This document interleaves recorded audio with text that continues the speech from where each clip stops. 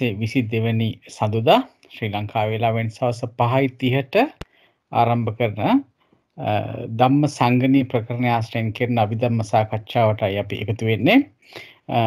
අපිට පසුගිය වකවානුව තුළ තුෂිනි මහත්මිය සම්බන්ධ වෙලා මේ ධම්ම සංගණී ප්‍රකරණය පිළිබඳව එහෙමත් නැත්නම් ඒකේ කරුණු අපිට ඉතාමත්ම අගනා විදිහට කරුණු දක්වමින් අප සමග රැඳී සිටියා. නමුත් අපගේ අවාසනාවකට වගේ එතුමියට ඇති විභාග ආදී කටයුතු නිසා පෞද්ගලික හේතුන් නිසා යම්කිසි කාලයකට අපෙන් අයත් වෙන්න සිද්ධ වුණා. ඒ විභාග කටයුතු වලට ලෑස්ති වීම සූදානම් වීම සඳහා. ඉතින් මේ අවස්ථාවේදී අපි භාග්‍යවත් වුණා ඒ පන්ති නැත්නම් සඳුදා පැවැත්වෙන මේ පන්තිය දිගටම කරගෙන යන්න නැවතත් තුෂිනි මහත්මිය සම්බන්ධ වනතුරු කරගෙන යාම සඳහා අපිට මංගල මහත්මයාට කරන ලද ආරාධනය එතුමා පිළි අරගත්ත. මංගල මහත්මයා අපි හැමෝම දන්නා මේ වැඩසටහනට කලින් සම්බන්ධ වෙලා අපහා දැනුම බෙදාගත්ත මහත්මයෙක්. ඉතින් අපි හැමෝම දන්නවා අමුත්තෙක් නෙවෙයි. ඉතින් ඒ පිළිබඳව ඒ ආරාධනය පිළිගැනීම සම්බන්ධයෙන් මංගල මහත්මයාට අපි ඉතාමත්ම කෘතවේදීව පුණ්‍යානුමෝදනා කරනවා. ඒ වගේම ඔබතුමාට යොමු වෙනවා අදට නියමිත දහම් කරුණු අපිට මතු කර දෙන ලෙසට මංගල මහත්මයා තෙරුවන් සරණයි.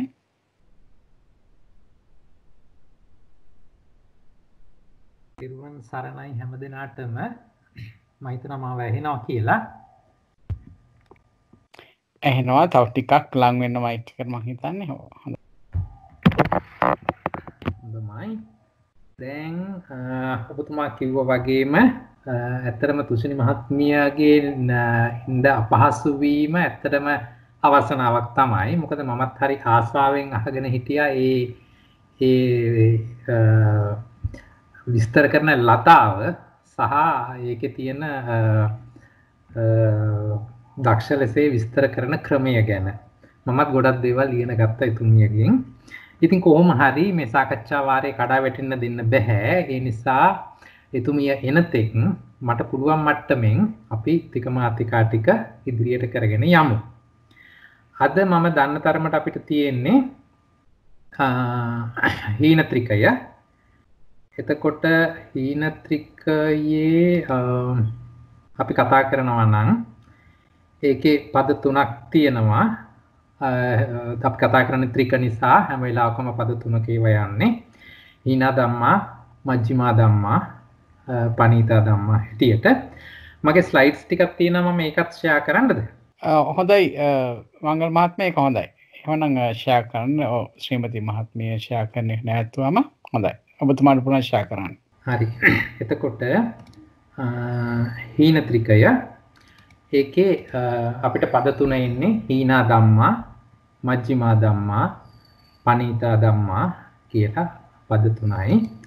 ඒකෙන් අපි මේ ත්‍රිකේ සාකච්ඡා කරන්නේ පරමාර්ථ ධර්මයෝ ගැන. ඒගොල්ලෝ තම තමන්ගේ ස්වභාව මත ලාමක නින්දිත ස්වභාවයේ සිට උත්තම ප්‍රණීත ස්වභාවයේ දක්වා වෙන පෙළගැස්ම පෙන්වලා දෙනවා. ඒ පෙළගැස්මත් එක්කම ඒකෙන් උද්දීපනය වෙන තවත් ධර්මතා වගේක් තියෙනවා. අපි ඒ ටිකත් අවධාරණය කරලා අරගමු. ඒ ටික තමයි බුදුරජාණන් වහන්සේ මේ හීනත්‍රිකය ඉදිරිපත් කිරීම තුළ විස්තර කරලා තියෙන්නේ මට පේන විදියට. මේ වගේම ත්‍රිකයක් අපි කතා කළා මීට කලින්. කාට හරි කියන්න පුළුවන්ද ඒක මොකක්ද කියලා? මේ වගේම ත්‍රිකයක්. පරිත්ත ත්‍රිකය. හරියටම හරි. පරිත්තා ධම්මා, මහග්ගතා ධම්මා, අපමානා ධම්මා කියලා. බොහෝ දුරට සමානයි. හැබැයි චූටි වෙනසකුත් තියෙනවා. අපි පරිත්ත ත්‍රිකේ කතා කළේ ඒ ධර්මයන්ගේ ආනුභාවය මත පෙළගැස්මක්. නමුත් මෙතන අපි කතා කරන්නේ ලාමක නින්දිත ස්වභාවයේ ඉඳලා උත්තම පණීත ස්වභාවයේ දක්වා වන පෙළගැස්ම. ඒ අනුව ධර්මතාවයේ පුංචි පුංචි වෙනස්කම් ඇති වෙනවා. ඒකේ පදයට අනුරූපව. ඊළඟට ඔයගොල්ලන්ට මතක් වෙන්න ඕනේ මේ හීන මධ්‍යම ප්‍රණීත කියන පද තුන අපි අරගත්ත මීට කලින් වීසති මහානාය කරන වෙලාවේ ධම්මසංගණියේදී එතනත් ඔයගලන්ට පේනවා ඇති හීන මධ්‍යම ප්‍රනීත වශයෙන් අපි මේ පද තුන අරගත්තා. එහෙමනම් එතනයි මෙතනයි තියෙන වෙනස මොකක්ද? මේ කියන හීනයත් ඒ කියන හීනයද මේ කියන මධ්‍යමත් වීසති මහානායය කියන එකමද? ඒ ආදි වශයෙන් මොකද හිතෙන්නේ?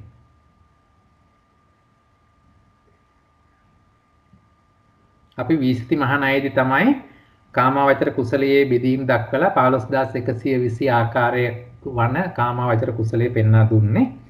එතනදිත් අපි අවසාන වශයෙන් ඒක බෙදුවේ හීන මධ්‍යම ප්‍රනීත ભેදයේ එක් වෙනවා කියලා. එතකොට එතන අපි කතා කරන හීන මධ්‍යම ප්‍රනීත ભેදයයි හීන ත්‍රිකේ අපි කතා කරන හීනා ධම්මා මජ්ක්‍ධිමා ධම්මා පනීතා ධම්මා කියන එකයි සමානද? කාට හරි උත්තරයක් කියන්න පුළුවන්ද?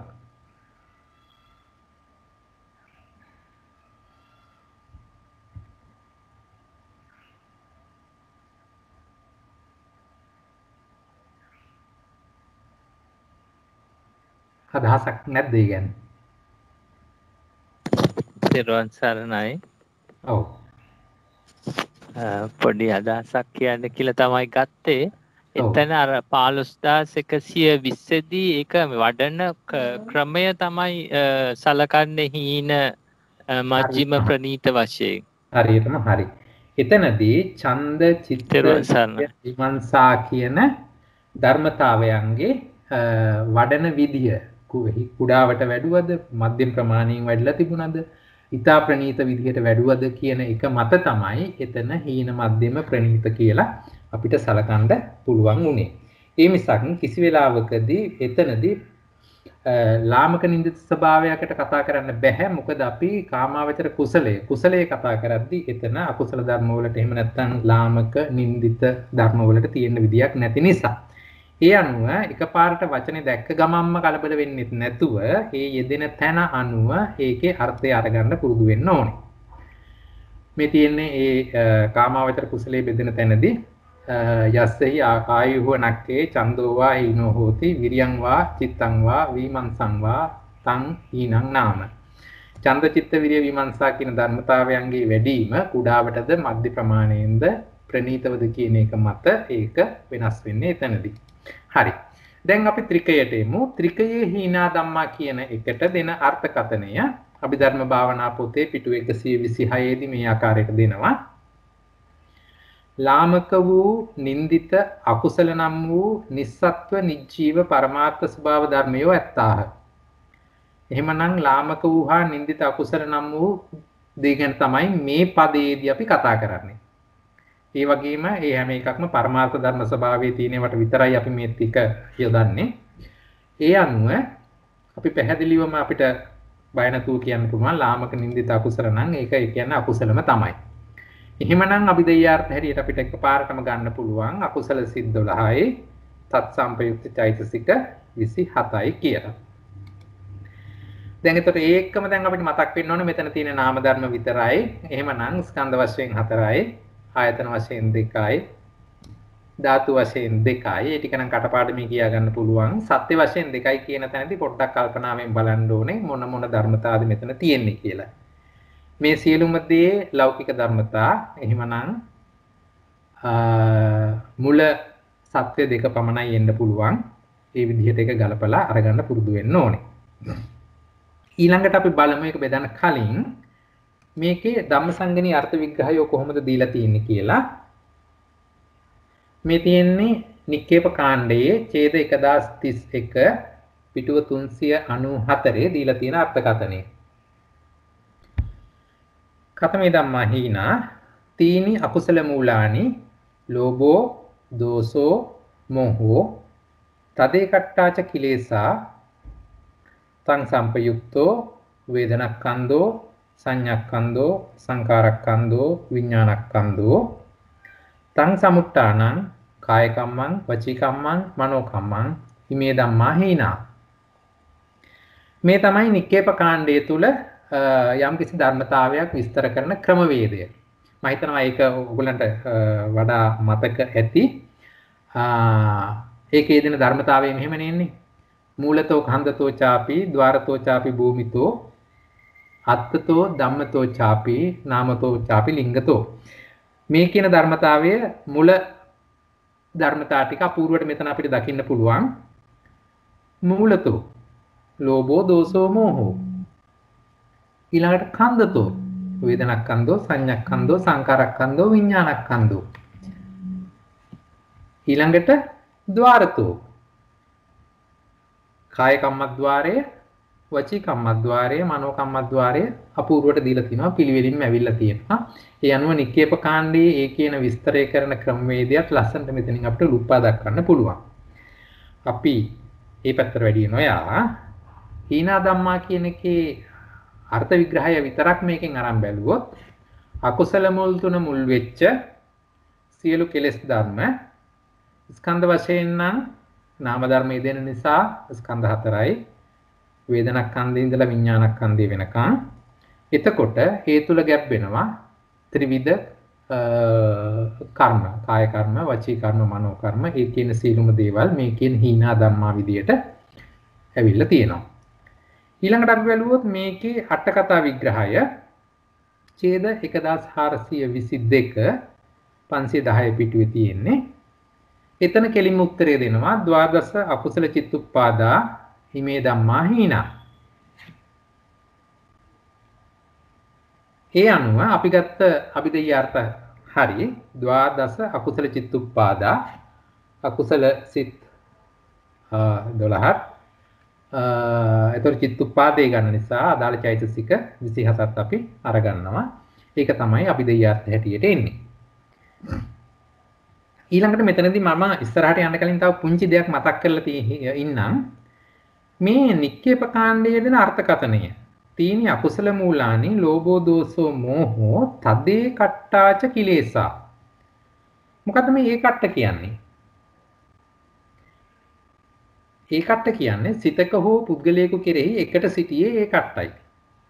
එහෙමනම් මෙතන තව ඊට එහා ගිය දෙයක් තියෙනවා. මේගොල්ල එකම සිතක එකට ඉන්න අවස්ථාවේ නිසා ඒකට අපි කියනවා සහජේ කට්ට කියලා. එහෙමනම් මේ සහජේ කට්ට යෙදිච්ච ස්වභාවය අපිට මෙන්න මෙහෙම මේකේ උලුප්පා පෙන්වන්න පුළුවන්. මේ කියන පදේ තීනි අකුසල මූලානි ලෝභෝ දෝසෝ මෝහෝ තදේ කට්ටාච කිලේසා තං සම්පයුක්තෝ වේදනක්ඛන්தோ පෙය්‍යාලං විඥානක්ඛන්தோ තං සමුත්ථානං කාය කම්මං වචී කම්මං මනෝ කම්මං කියන ඡේදය අපිට කලින් හම්බ වුණා කුසල ත්‍රිකය තුලදී සංකිලිට ත්‍රිකය තුලදී දැන් අපිට හම්බ වෙනවා හීන ත්‍රිකය තුලදී ඉදිරියේදී ඔබට හම්බ වෙනවා කිලේශ ගොච්ඡකයේ සංකිලිට ධර්මයක් හැටියට විස්තර වෙන තැන. ඒ වගේම පිටි දුකේ සරණ ධර්මයක් හැටියට විස්තර වෙන තැනදී මේ කියන ඔය උඩින් තියෙන වගන්තිය ඔය ආකාරයෙන්ම යෙදිලා තියෙනවා. හරි. ඒ වගේ පොඩි අතුරු පැති දේවල් මතක තියාගත්තාම මම හිතන්නේ පාඩම් කරගන්න මතක තියාගන්න ලේසි වෙයි. ඊළඟට අපි බලමු ඒ කියපු ධර්මතා අපේ අභිධේය අර්ථ අකුසල සිත් 12යි චෛතසික 27යි කියන ටික ස්කන්ධ දැන් ඉතින් මේවා නම් කටපාඩම් ඇති අමුතුවෙන් කියන්න අවශ්‍ය නැහැ. බ්‍රුනෝ මහත්මයා මේ දැනට මේ සාකච්ඡා වාරයට අලුත් අය එහෙම සම්බන්ධ වෙලා ඉන්නවද? අලුත් අය කියන්නේ මෙහෙම මේකේ අර ධම්ම සංගණීම කරන පිරිසකුත් ඉන්නවා. ඒකට වඩා ධම්ම සංගණී ඉගෙන ගත්ත පිරිසකුත් ඉන්නවා. මූලික මට්ටමේ අයත් ඉන්නවා. තුන් කට්ටියක් ඉන්නවා. හරි. එහෙමනම් අපි අභිධේය අර්ථ තෝරනකොට අකුසල සිත් 12යි චෛතසික 27යි. අකුසල සිත් 12 ගන්නකොටම එතන චෛතසික උපරිම වශයෙන් 27ක් තියෙනවා. එකම සිතක 27 නොයෙදුනත් සිත් 12යි පොදුවේ සලකනකොට චෛතසික 27ක් අනිවාර්යයෙන්ම එතන තියෙනවා. මේ චෛතසික 27 අතුරින් අපි ස්කන්ධ වශයෙන් මේ බෙදීම කරනකොට වේදනා චෛතසිකය වේදනා ස්කන්ධය කියලා අරගන්නවා. එතකොට සිත් 27ෙම තියෙන ඒ අවස්ථාවේ යෙදෙන වේදනා චෛතසිකේ වේදනා ස්කන්ධය වෙනවා. ඒ වගේම තමයි එම සිත් 27 තියෙන සංඥා චෛතසිකය සංඥා ස්කන්ධ වෙනවා. එතකොට එහෙනම් 27න් ඒ චෛතසික දෙක වේදනා සංඥා දෙක ගියාම ඊටු චෛතසික 25යි. ඒ 25ම සංස්කාර ස්කන්ධේ නියෝජනය කරනවා. එතකොට එතන චෛතසික ධර්ම තුලින් අපිට ස්කන්ධ තුනක් හමු වුණා. ඊළඟට චිත්ත ධර්මතාවය ඒ කියන්නේ අකුසල සිත් 12 විඥාන ස්කන්ධය හැටියට නිරූපණය වෙනවා. ඒ අනුව මේ කියන නාම ධර්ම සියල්ල ස්කන්ධ වශයෙන් හතරකට බෙදිලා තියෙනවා. එහෙමනම් ඒක තමයි හීනා ධම්මා කියන පළවෙනි පදය ස්කන්ධ වශයෙන් අපිට විස්තර කරලා දෙන්න පුළුවන් වෙන්නේ. ස්කන්ධ හතරයි. මොනවද ඒ ස්කන්ධ හතර? නාමස්කන්ධ හතර. එතෙන්ට අයත් නොවුනේ මොකද්ද? රූපස්කන්ධය. හරි. ඊළඟට අපි බලමු ස්කන්ධ වශයෙන් බැලුවා නම් ආයතන සහ ධාතු. ආයතන වශයෙන් බලද්දී ලේසි නාම ධර්ම විතරයි. එහෙමනම් අකුසල සිත් 12 මන ආයතනයි.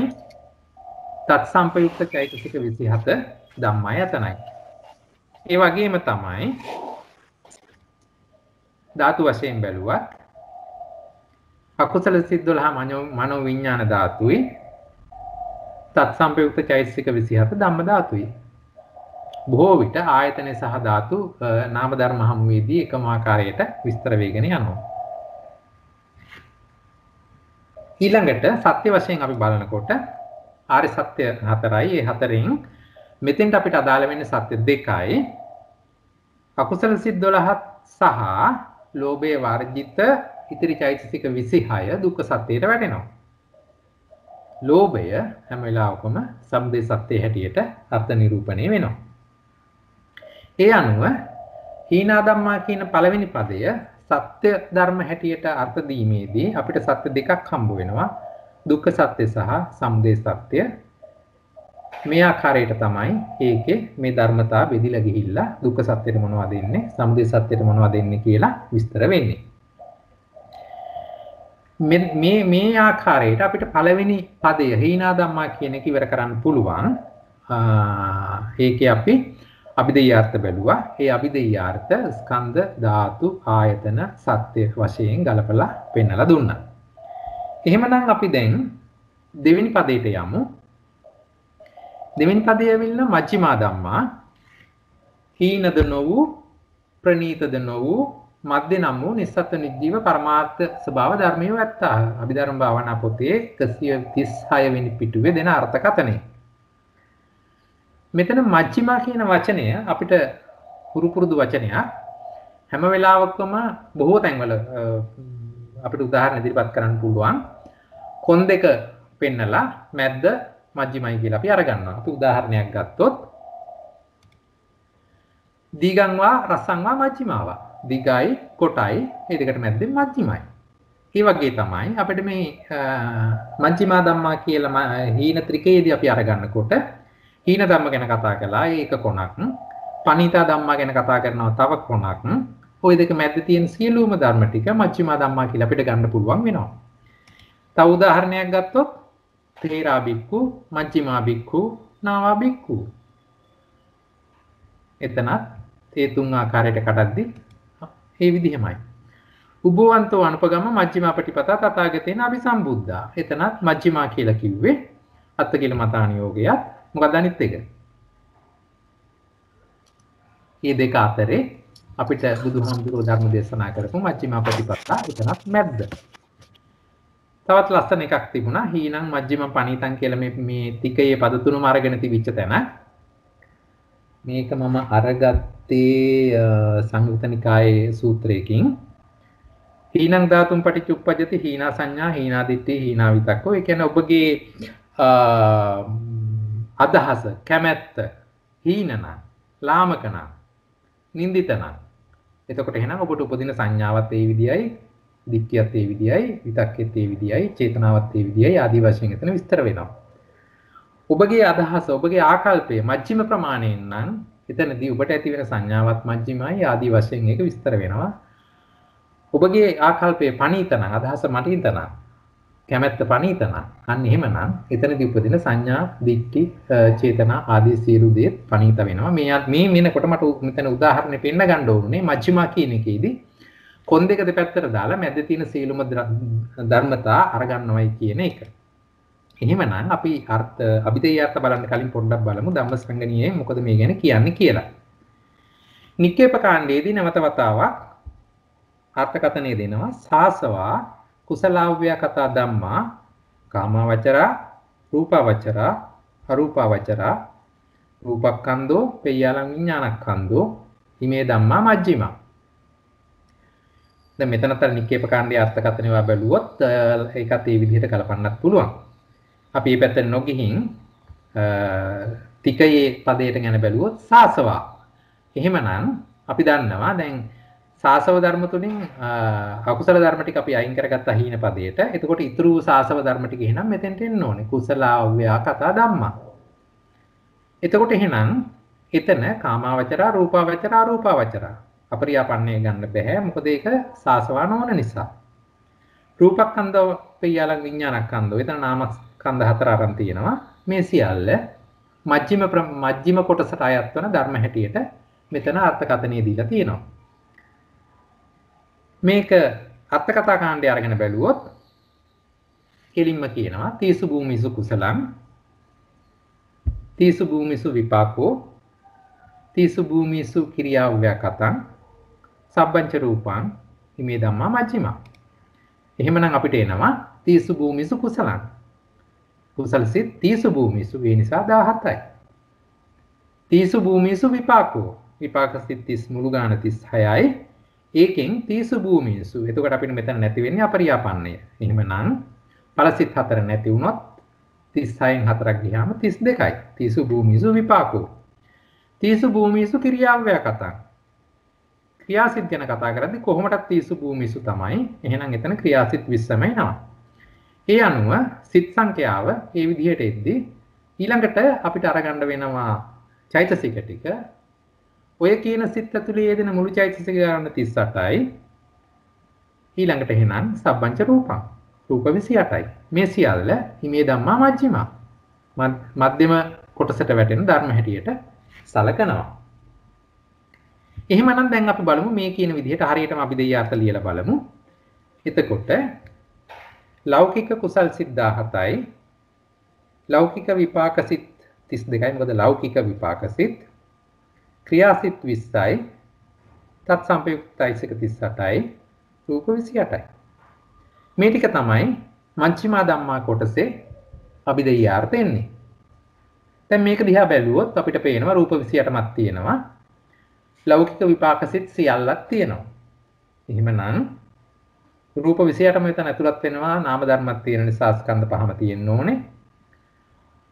රූප 28ම සහ ලෞකික විපාක සිත් රූප 28ම සහ නාම ධර්ම තියෙන නිසා ආයතන 12ම එන්න ඕනේ. ලෞකික විපාක සිතුත් ගණන් ගන්න නිසා ධාතු 18ම තියෙන්න ඕනේ.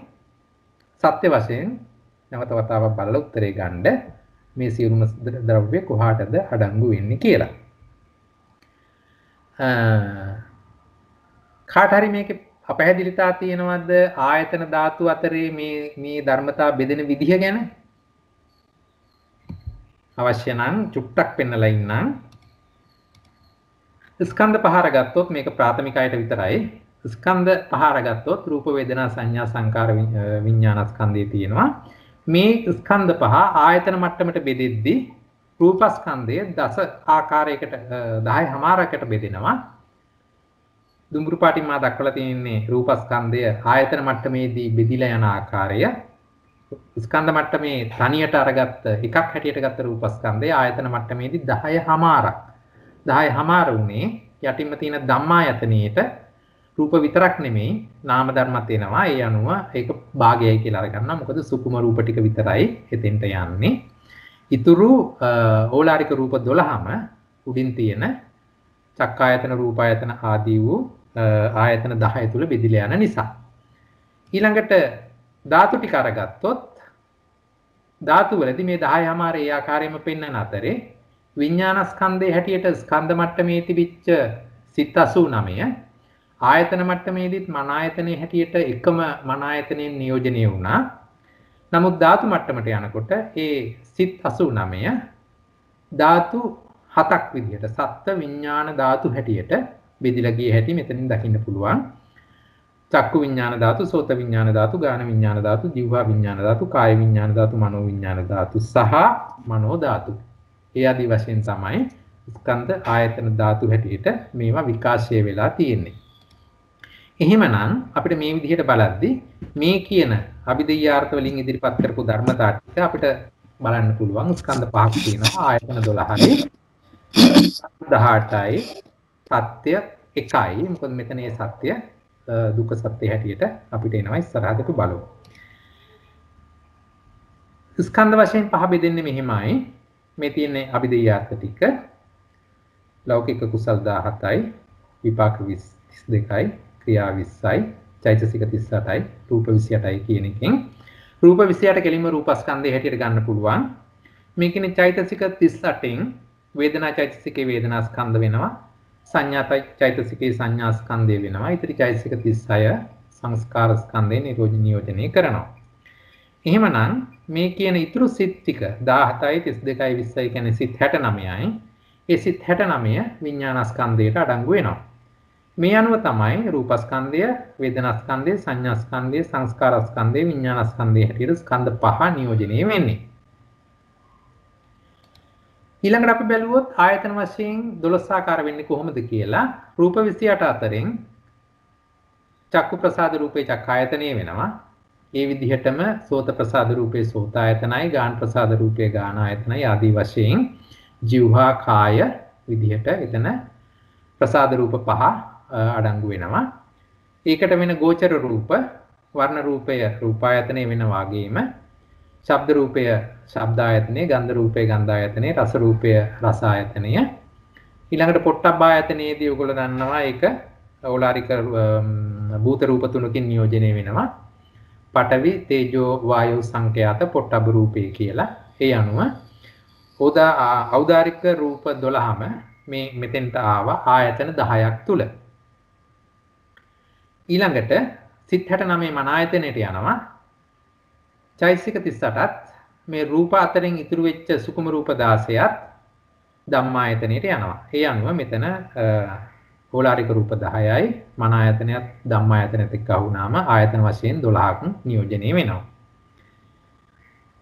ඊළඟට බැලුවොත් මජ්ක්‍ධිමා ධම්මා කියන පදයේ අභිධේයාර්ථ ධාතු වශයෙන් 18 ආකාර වෙන්නේ කොහොමද කියලා.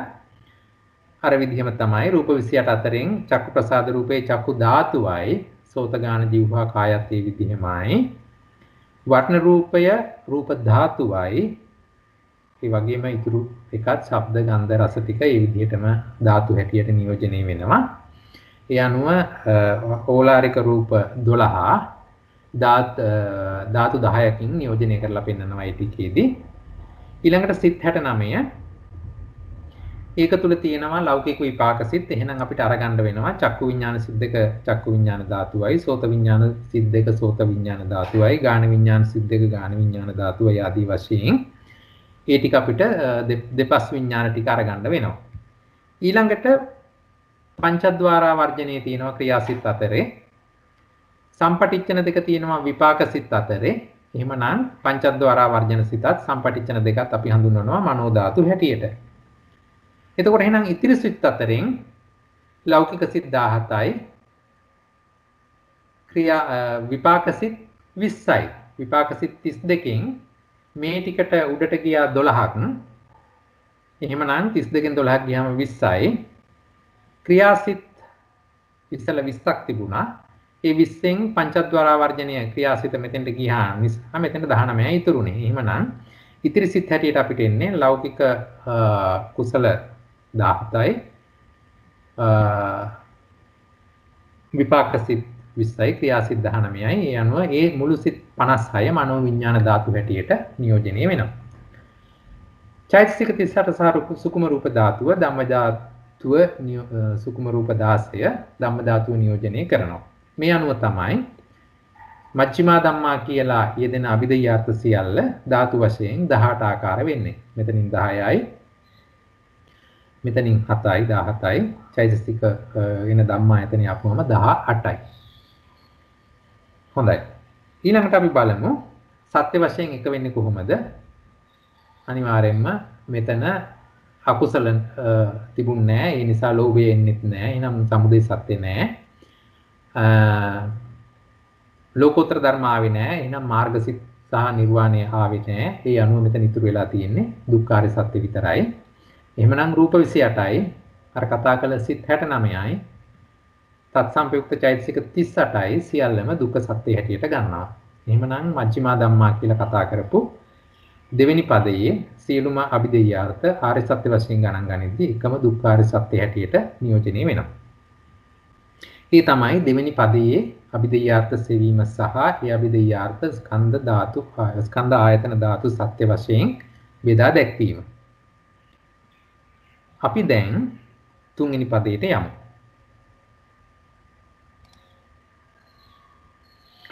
තුන්වෙනි පදයේදී පනීතා ධම්මා උත්තමාර්ථයෙන් ප්‍රණීත නම් වූ නිස්සත්ත්ව නිජීව පරමාර්ථ ස්වභාව ධර්මය තියෙනවා. මේක අභිධර්ම භාවනා පොතේ අර්ථකථනය පිටු 136. ඒක නම් ගැටලුවක් මම දකින්නේ නැහැ. ඒක ලස්සනටම ගන්න පුළුවන්.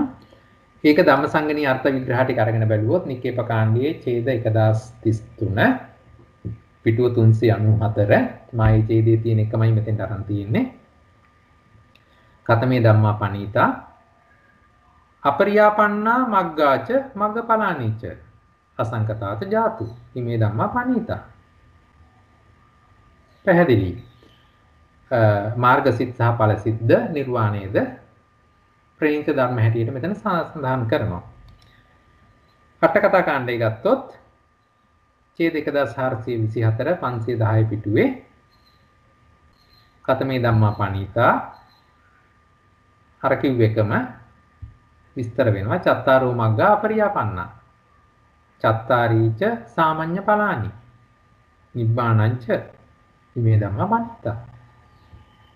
එහෙමනම් ඒ අනුව අභිධේයාර්ථ හොයනකොට ලෝකෝත්තර මාර්ගසිත 4යි ලෝකෝත්තර ඵලසිත 4යි එහි යෙදෙන චෛතසික 36යි නිර්වාණයයි. මේ සියලුම ධර්ම පනීතා ධම්මා හැටියට අඩංගු වෙනවා, සඳහන් වෙනවා. එහෙමනම් මෙතන තියෙන්නේ නාම ධර්ම විතරයි, ස්කන්ධ 4යි, ආයතන 2යි, ධාතු 2යි. සත්‍ය හැටියට සලකද්දී මෙතන ලෞකික ධර්ම මොනක්වත් නැහැ, ලෝකෝත්තර ධර්ම තියෙන්නේ. එහෙනම් දුක්ඛ සත්‍ය හෝ සමුදය සත්‍ය කොහේවත් මෙහි පැත්ත පලාතේ නැහැ. එහෙමනම් අපිට එන්න තියෙන්නේ නිරෝධ සත්‍ය සහ මාර්ග සත්‍ය. එහෙනම් සත්‍ය දෙකයි. එකින් එක බෙදලා බලමු. ස්කන්ධ වශයෙන් හතර වැදෑරුම් මෙන්න මෙහිමයි. ලෝකෝත්තර සිත් 8 තියෙන චෛතසික 36 අතුරින් වේදනා චෛතසිකේ වේදනා ස්කන්ධයි. හිම සිත් 6ෙම තියෙන සංඥා චෛතසික සංඥා ස්කන්ධයි. ඉතිරි චෛතසික 34 සංස්කාර ස්කන්ධය වෙනවා. ලෝකෝත්තර සිත් 8 ඒ කියන්නේ මාර්ග සිත් 4යි ඵල සිත් 4යි විඥාන ස්කන්ධය වෙනවා. නිර්වාණය ස්කන්ධ සංග්‍රහයෙන් විනිර්මුක්ත වෙනවා කියලා ලියන්නම ඕනේ. හරි. නිර්වාණය ස්කන්ධ සංග්‍රහයෙන් හැම වෙලාවකම විනිර්මුක්තයි කියලා අපි දක්වන්නේ. නිර්වාණය කියන දේ රාශි අර්ථයෙන් ගන්න බැරි නිසායි. ඒවා ප්‍රාථමික මේ මම හිතන්නේ ගිය අවුරුදු පන්ති ඉගෙන ගත්තා. ඊළඟට ආයතන ධාතු වශයෙන් බලන්නේ කොහොමද? ආයතන දෙකයි. ලෝකෝත්තර සිත් 8 මන ආයතනීයට වැටෙනවා. චත් සම්පයුක්ත චෛතසික 36 හා නිර්වාණය ධම්මායතනීයට වැටෙනවා. ඒ අනුව ආයතන දෙකයි. ධාතු වශයෙන් බලද්දී ධාතු දෙකක් අපිට හඳුනන්න පුළුවන්. ලෝකෝත්තර සිත් 8 මනෝවිඤ්ඤාණ ධාතුව, චෛතසික 36 සහ නිර්වාණය ධම්ම ධාතුව හැටියට. ආර්ය සත්‍ය හැටියට අරගෙන බලද්දී පනීතා ධම්මා කියන කොටසේ ආපු අභිධේයාර්ථ ටිකේ නිර්වාණය හැම වෙලාවකම නිරෝධ සත්‍ය නිරූපණය කරනවා.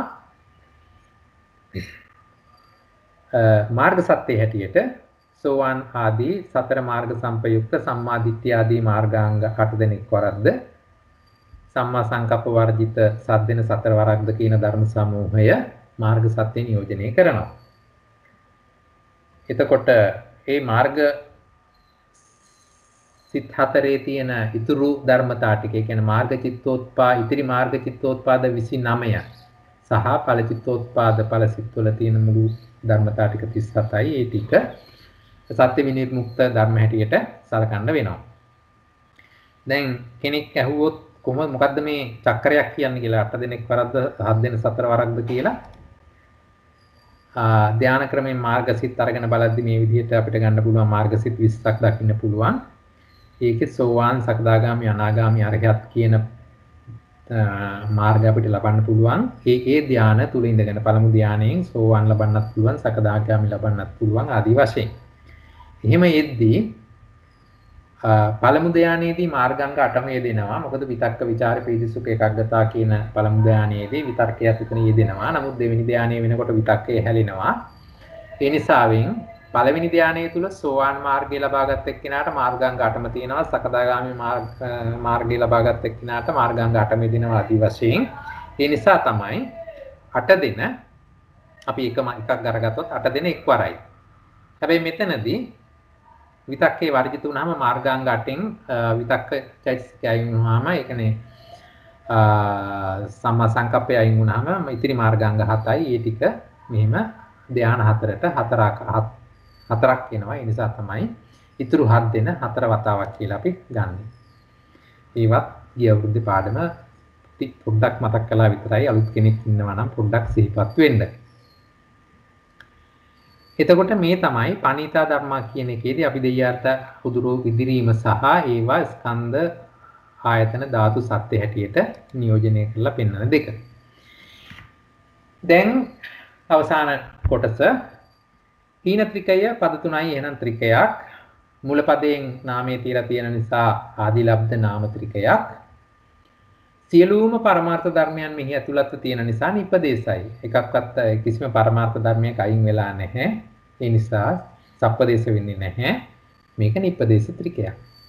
මේ විදිහට තමයි හීන ත්‍රිකය විස්තර කරන්න පුළුවන් වෙන්නේ. මොනවා හරි ගැටලු හොත් පැහැදිලි කර ගැනීම තියෙනවද? එහෙම නැත්නම් මොනවා හරි දෙයක් කතා කරන්න තියෙනවා නම් සමහල් මහත්මයා ඉතිරි මාර්ග චිත්තෝත්පාද 29ද ඵල චිත්තෝත්පාද 37ද සත්‍ය විනිර්මුක්තයි කියලා කියන්න ඕනද එතනදී? අනිවාර්යෙන් කියන්න ඕනේ. මම ඒක ඔයාලා කියයිද නොකියයිද බලන්න තමයි හිටියේ. හැම වෙලාවෙම මාර්ගසිත ඵලසිත ගැන කතා කරන තැනක් වෙතොත් එතන සත්‍ය ධර්ම ඇනලයිස් කරනවා නම් සත්‍ය ධර්ම තුල අඩංගු නොවන කොටස අපි වෙනම ඉදිරිපත් කරලා පෙන්වන්න ඕනේ මෙන්න මේ ටික එහෙමයි කියලා. ඒක නවදානෙන් අහන් ඉඳලා තියෙනවා.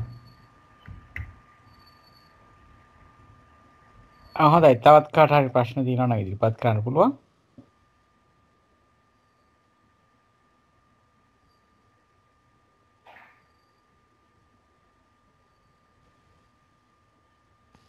ප්‍රශ්නයක් නෑ වගේ නේද? මංගල මහත්මයා ප්‍රශ්න නෑ වගේ. තෙරුවන් සරණයි මහත්මයා. මේ මට දැනගන්න පුළුවන් ද අර නාමතෝ ලිංගතෝ කියලා තියලා ඒ පද දෙකේ ඒ ලිංගතෝ කියන පද කොයි වෙලාවටද මේකෙදී මේවායිදී යෙදෙන්නේ කියලා? ලිංගතෝ කියලා යෙදෙන්නේ මෙතන හැම වෙලාවකම පාලි වල පද යොදනකොට ඒක ස්ත්‍රීලිංග පද ඒ විදිහටත් පුරුෂලිංග පද ඒ විදිහටත් නපුංසකලිංග පද ඒ විදිහටත් අනිවාර්යයෙන්ම යෙදෙනවාමයි. අන්න ඒ ධර්මතාවයේ උලුප්පා පෙන්වන්න ඕන එක තමයි ලිංගතෝ කියලා පෙන්වලා තියෙන්නේ. තේරුණා.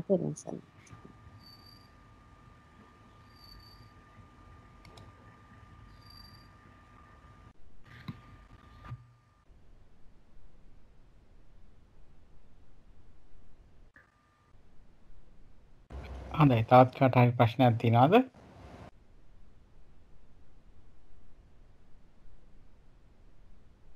නෑ වගේ නේද?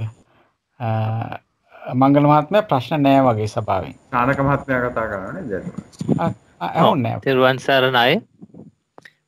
තෙරුවන් සරණයි. මේ මංගල මහත්තයාත් ඉන්න නිසා මම මේ ප්‍රශ්නේ අහන්නේ. මේ මට දැන් අර කියපු කොටස සම්බන්ධයෙන් ගැටලුවක් නැහැ. පොදුවේ චතුරාර්ය සත්‍ය සම්බන්ධයෙන් ප්‍රශ්නයක් අහන්න කියලා මං හිතුවා.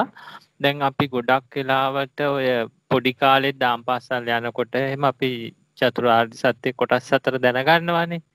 මේ ඒකේ අර මාර්ග සත්‍ය කියන එක කොහොමද දැන් මාර්ග සත්‍ය අපි විශේෂයෙන් කතා කරන්නේ මේ මාර්ග සිත් වලදීනේ.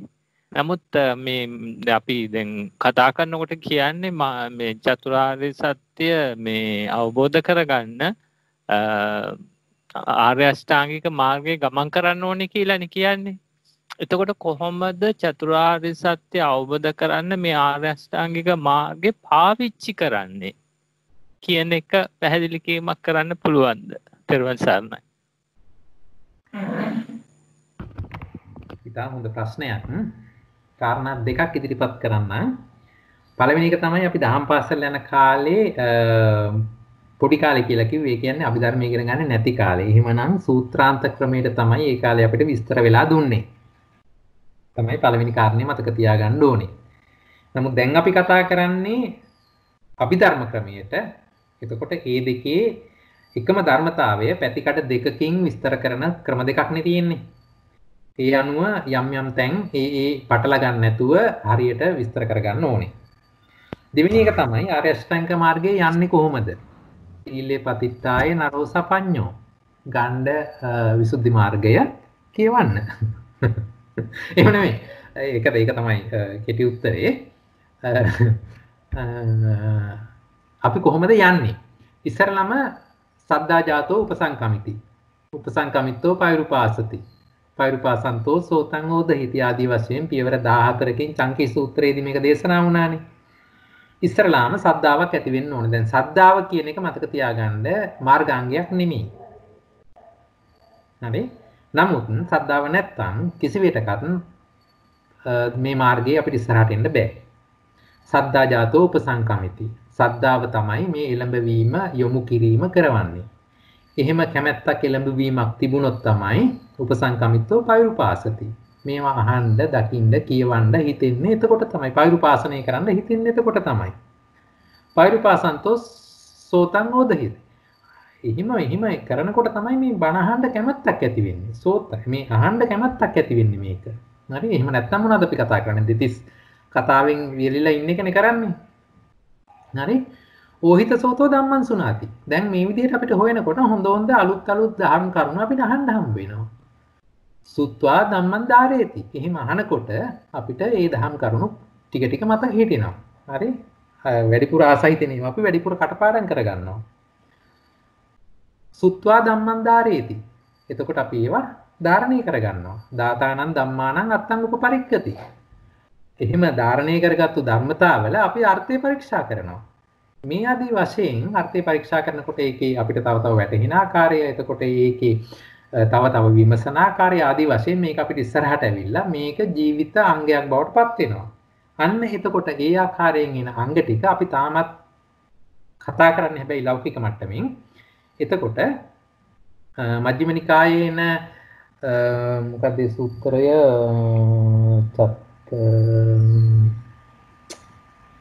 මහා චත්තාරීසක සූත්‍රයේදී විස්තර කරලා පෙන්නනවානේ ලෞකික පැත්ත කොහොමද සම්මාදිට්ඨින් පහම් භික්කවේ දුවන් වදාමි අති භික්කවේ සම්මාදිට්ඨි සාසවා පුඤ්ඤ භාගය උපදි වේපක්කා අති භික්කවේ සම්මාදිට්ඨි අරියානාසවා ලෝකුත්තර මග්ගංගා කියලා මේ විදිහට අපි දැන් මෙතෙක් ආපු දසවස්තුක සම්මක් දෘෂ්ටිය පදනම් කරගෙන ආපු මේ මාර්ගය ඊළඟට අපිට හරව ගන්න පුළුවන් වෙනවා අරියා අනාසවා ලෝකුත්තර මග්ගංගා කියන පැත්තට. මෙහිම එද්දී මේ මාර්ගය අපි ගමන් කරද්දී මේකේ පිළිවෙල වෙන්න ඕනේ. ඉස්සර වෙලාම අකුසලය දුරු කරගන්න ඕනේ. ඒ කියන්නේ කම්මස්සගත සම්මාදිට්ඨිය එන්න කලින් මිච්ඡාදිට්ඨිය දුරු කරගන්න ඕනේ. ඒක තමයි නම්බර් 1. පොයින්ට් බ්ලැන්ක් වලදී මේක ටක් ගාලා කඩා ගන්න ඕනේ. හරි? ඒක තමයි අර සියලු බුදුවරයන්ගේ දේශනාව සඳහන් වෙන තැනදී ඒ පාඩය පළවෙනියෙන්ම දීලා තියෙන්නේ. හරි? ඊළඟට එහෙම අකුසලයේ කඩාගත්තට පස්සේ තමයි දෙවනුව ලෞකික සම්මාදිට්ඨියට අපි එකතු වෙන්නේ. අති දින්නම් අති දිත්තං අති උතං අති සුගත දුක්ඛටානං කම්මානං පලාවින් පාකෝ ආදී වශයෙන් ඒ එන ලෞකික සම්මාදිට්ඨියට අපි අනුගත වෙන්නේ. එහෙම ලෞකික සම්මාදිට්ඨියේ ඉන්න කෙනාට තමයි ඒක ඔස්සග්ග පරිණාමයෙන් හෙවත් නිවනට නැමුණු ආකාරයට අපිට ලෝකෝත්තර මාර්ගයකට යොමු කරගන්න පුළුවන් වෙන්නේ. මේක පියවරෙන් පියවර එන්න ඕනේ ප්‍රතිපදාවක්. අර මූදට යන්නේ එකපාරට වෙරළ පාගගෙන ඊට පස්සේ හැල තියෙන මට්ටමට ඇවිල්ලා ඒක පාගගෙන හිමින් අපිට එහෙමනේ මූදට යන්නේ. ඒ වගේ මේ පියවරෙන් පියවර අපිට ඉස්සරහට එන්න ඕනේ. කාටවත් පැරෂුට් වලින් යන්න බෑ මේක මේ හිතුවට. ඒ නිසාවෙන් ඒ කියන ක්‍රමවේදය ලස්සනට විස්තර වෙන සූත්‍ර ඕනෑ තරම් තියෙනවා. මට මතක හැටියට විභංග දැන් අපි කරලා පහාරාද සූත්‍රෙත් තියෙනවා නේද? ඒ වගේ ගොඩක් තැන්වල. එතකොට ගොඩාක් තැන්වල අපිට හම්බ වෙනවා විසුද්ධි මාර්ගයේ තනිකරම ඔය පැටර්න් එක තමයි පෙන්වලා දීලා තියෙන්නේ.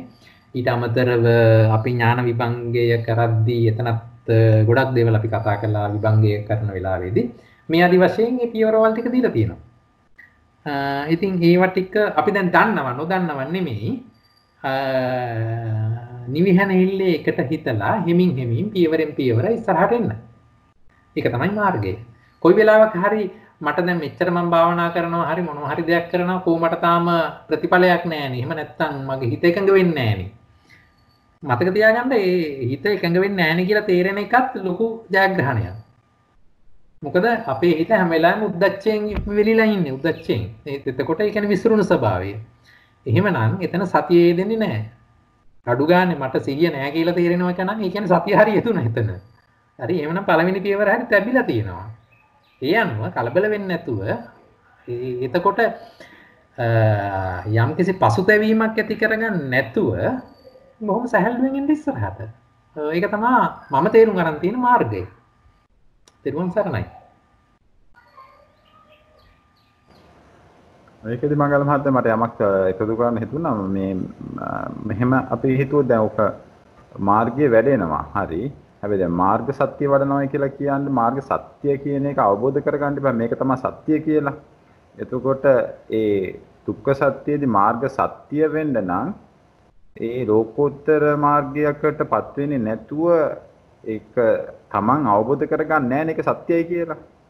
ඒකට කලින් ආර ලෞකික මට්ටමේ වැඩිගෙන ආවත් ඒ මාර්ගාංග වැඩික දියුණු වෙගෙන ආවත් ඒක සත්‍ය වෙන්න නම් අනිවාර්යයෙන්ම පළවෙනි මාර්ග සිතටපත් විය යුතුයි කියන එකේ මාර්ගාංගයේ පළවෙනි ඒ සෝහන් මාර්ගයේ අවස්ථාවේදී තමයි ඒක අවබෝධ කරගන්නේ මේ මාර්ගයේ සත්‍යයි කියන එක නේද? එතකොට ඒකට කලින් ඒ මාර්ගයේ සත්‍යයි කියලා නිකන් සුතුමේ පැත්තෙන් සද්ධාවෙන් පිළිගත්තට Tamanට අවබෝධ වෙන්නේ මාර්ග හිතේනේ. ඒතොර අනිවාර්යෙන් ඒක මාර්ග සත්‍ය කියන එක Tamanට ප්‍රත්‍යක්ෂ වෙන්නේ මාර්ග සිතේ කියන එක තමයි තේරුම් ගන්න. ඒක එහෙම හරිද? ඒකවස. හරි. මොකද ලෝකෝත්තර සම්මාදිට්ඨිය ඇති වෙන්නේ සෝවාන් මාර්ගසිතේදී තමයි. එතකොට එතනදී තමයි ඒක මොකද ඒකට වචනේ මට එකපාරට මතක් වෙන්නේ නැහැ. අචල සද්ධාාවක් ඇති වෙන්නේ. අපි ළඟ අපි කොච්චර බෞද්ධයෝ වුණත් කොච්චර අපි ධර්ම ඉගෙන ගත්තත් අපි ළඟ තියෙන සද්ධාවත් චල සද්ධාාවක්. තව මේ කොයි හරි මාස ගානක් ගිහිල්ලා හරි කමන්නේ නැහැ. තව කවුරු හරි ස්වාමීන් වහන්සේ කෙනෙක් ඇවිල්ලා අන්න මෙහෙම මාර්ගඵල ලැබු ස්වාමීන් වහන්සේ ගොත් අපේ කට්ටිය පොලිමේ දුවනවානේ. ඉතින් ඒ වගේ දේවල් අපි අතීතයේ දැක්ක අනාගතයේ අනිවාර්යයෙන්ම දකීවි. ඉතින් එහෙම නොවි මේ අචල සද්ධාව ඇති වෙන්නේ අනිවාර්යයෙන්ම ආර්ය මාර්ගයේදීමයි සෝවාන් මාර්ගයේදී තමයි ඒක පටන් ගන්න. නමුත් ඒකෙන් අදහස් වෙන්නේ නැහැ ඊට කලින් අපිට මේක තේරෙන්නේ නැහැ කියලා. මම උදාහරණයක් කියන්නම්. මම මේක මීට කලින් මොකක් හරි ලෙක්චර් එකකට ගත්ත උදාහරණයක් මට දැන් මතක් වෙච්ච නිසා මම කියන්නම්. පේරාදෙනි මල්වත්ත බැලිය යුතු තැනක්ද නැති තැනක්ද? හැමෝම කියයි ඒක බලන්න ඕනේ කියලා. හරි? ඇයි බලන්න ඕනේ කියන්නේ ඒක ලස්සනයි කියන හින්දා. හරි? එතකොට දැන් අපිට පවත්නා ස්වභාවයක් තියෙනවා. ඒ පවත්නා ස්වභාවයේ එහෙම වෙන්න හේතුවක් තියෙනවා. හරි? ඊළඟට අපි ඒ හේතුව ඇත්තද කියලා දකින්න නම් අපිට ඔය කියන ලස්සනද කියලා කෙනෙක් කියන දේ හරිද කියලා බලන්න නම් අපි එතෙන්ට යන්න ඕනේ. ගිහිල්ලා බලන්න ඕනේ. කොහොමද යන්නේ? නුවර බස් එකේ නැගලා පීරදෙනිය හන්දියෙන් බහැලා ටිකට් එකක් අරගෙන ඇතුළට ගිහලා මල්වත්ත බලන්න ඕනේ. ඊළඟට එහෙම ගියාට පස්සේ අපිට තේරෙනවා මේක ලස්සනයි. සමහර කෙනෙකුට තේරෙයි අපෝ අපි කිව්ව තරම් ලස්සන නෑ. මොකක් හරි ඒ ගියාට පස්සේ ඒක තේරෙනවා. නමුත් ඔය කියන ලෞකික ධර්මතාවයද කියලා බලන්න චතුරාර්ය සත්‍ය තුල තියෙන්නේ. ඊට වෙනස්. පවත්නා ධර්මතාවයේ දුක. ඒ ධර්මතාවයට හේතුවක් තියෙනවා සමුදය. එහෙමනම් මේ කියන හේතුව මගින් ඇතිවෙන දුක හරිද කියලා බලන්න අපිට මාර්ගය නෙමෙයි තුන්වෙනිවට බුදුහාමුදුරුවෝ දේශනා කළේ. තුන්වෙනි සත්‍ය හැටියට අපිට දේශනා කළේ නිරෝධය. හතරවෙනුවයි මාර්ගය කිව්වේ. ඒ අනුව බෞද්ධයන් හැටියට අපි නිරෝධය යම්කිසි මට්ටමකට දැනගෙනයි මාර්ගය වඩන්නේ. මේ නිසා තමයි හතරමං නොවෙන්නේ. අපිට වෙනත් මෝක්ෂයක් පතා ඒ මෝක්ෂයේ තියෙන තැනට ගිහිල්ලා නෙමෙයි අපි මෝක්ෂය හොයන්නේ. හරි? දුක්ඛ සමුදය නිරෝධ කියලායි මාර්ග කිව්වේ. හරිද? මේක තමයි බුදුරජාණන් වහන්සේ දේශනා කරපු මේ ධර්මතාවයන්ගේ තියෙන සුවිශේෂත්වය. මේ අනුව මේක හරියට දකින්න කෙනෙක්, හරියට පිළිපදින කෙනෙක්, හරියට යන කෙනෙක් නම් අතරමං වෙන්න බෑ. කාගෙන්වත් අහන්න අවශ්‍ය නැහැ පාර හරිද වැරදිද කියලා. ඇයි? Tamanට තේරෙන්න ඕනේ. උදාහරණයක් හැටියට පඨම සම්දිට්ඨික සූත්‍රය ගන්න සංයුක්ත නිකායේ. ඒකෙදි කෙනෙක් අහනවා බුදුහාමුදුරුවන්ගෙන් බුදුරජාණන් වහන්සේ මේ ධර්මය සම්දිට්ඨිකයි, අකාලිකයි, ඕපනයිකයි ආදී වශයෙන් කියනවා. මේක කොතකින් මේක සාන්දෘෂ්ටිකද? ආදී වශයෙන් අහනවා. බුදුහාමුදුරුවෝ උත්තර දෙනවා, මහණ ඔබගේ හිතේ රාගසිතවිල්ලක් ඇති වුණොත් ඔබට රාගසිතවිල්ලක් ඇති වුණයි කියලා තේරෙනවද? තේරෙනවා. හරි? එහෙමනම් ඔබ මොකද කරන්නේ? මේ රාගසිතවිල්ල මට හානිදායකයි, මේක අකුසල සහගතයි, විපත්දායකයි ආදී වශයෙන් ඒකේ වැරද්ද ගැන හිතලා මම මේකෙන් හැකි ඉක්මනින් අයින් වෙනවා. හරි? එතකොට තමන්ට රාගසිතවිල්ලක් ආපු වග කවුරුවත් කියන්න ඕනේද? නෑ, ඒක තමන් දැනගත්තේ. එහෙමනම් ආන්න සාන්දෘෂ්ටික බව. එතකොට ඒකම නෙමෙයි අකාලික කිව්වේ. මේ මොහොතේම තමන් දැනගන්නවා ඒක. අන්න අකාලික බව. මේ ආදි වශයෙන් බුදුහාමුදුරුවෝ මේ සූත්‍රය ඉතා ලස්සනට විස්තර කරනවා. කියවන්න පඨම සම්දිට්ඨික සූත්‍රයයි, ဒုတိ ය සම්දිට්ඨික සූත්‍රයයි සංයුක්ත නිකායේ තියෙන්නේ. ඒ ආදි වශයෙන් අපි මේ බුදුදහම හැම වෙලාවකම දැනගෙන තමයි ඉස්සරහට යන්නේ. ඒක එසේ නොවනවා නම් කරුණාකරලා මේ මාර්ගයට එන්න. හරි? මොකක්ද මේ බුදුහාමුදුරුවෝ කියන්නේ කියලා. ඊළඟට අනිත් එක තමයි දුකට හේතුව සමුදය කියලා කිව්ව පමණින් බුදුහාමුදුරුවෝ අපිට නිර්දේශ කරලා නැහැ. එහෙනම් සමුදය වූ තෘෂ්ණාව අයින් කරන්න කියලා, ඒකත් එක්ක ඔට්ටු වෙන්න කියලා අපිට කියලා නැහැ. ඒ වෙනුවට අපිට කියලා තියෙන්නේ ඒ තෘෂ්ණාව ඇති වෙන භූමිය, ඇති වෙන ස්වභාවය අයින් කරන්න. ඒ සඳහා මොකද්ද කරන්න ඕනේ? දුක පිරිසිඳ දකින්න. දුක පිරිසිඳ දකිනකොට සමුදයට ඉඳ හිටින්න තැනක් නැති වෙනවා. ඒ ආකාරයෙන් ප්‍රහාණය කරනවා මිසක් සමුදයත් එක්ක ඔට්ටු වෙන්න, රණ්ඩු වෙන්න යන්න එපා. ඒක කරන්න බැරි දෙයක්. හරි? ඒ නිසා මෙන්න මේ ධර්මතාවය හරියට තේරුම් ගන්න ඕනේ. බුදුහාමුදුරුවන් ඉදිරිපත් කරපු චතුරාර්ය සත්‍ය මාර්ගයේදී කිසි විටක ඵල ධර්මය හදන්න යන්න එපා. ඵලය හදන්න බෑ. ඒක කරන්න බෑ. ඒ වෙනුවට අපිට කරන්න තියෙන්නේ හේතු ටික සම්පාදනය කරන්න. හේතුව විසින් ඵලය හදාවි. ඒක තමයි මාර්ග අංගවල කෘත්‍යය. මාර්ගාංග මගින් මාර්ගය අපිට උදා කරලා දෙනවා. හරි? මේ මාර්ගයේ ඒ ඵලය උදා කරලා දෙනවා. අපි ඵලය හොයන්න ගියාට කවදාකවත් හම්බ වෙන්නේ නැහැ, කරන්න බෑ. ඒ නිසා තමයි තණ්හාවත් එක්ක කොට්ටු වෙන්න කියන්නේ නැතුව තණ්හාවට පාදක වෙන දුකේ ඇතිවීම මේක කොහොමද වෙන්නේ කියලා දුක පිරිසිඳ දකින්න.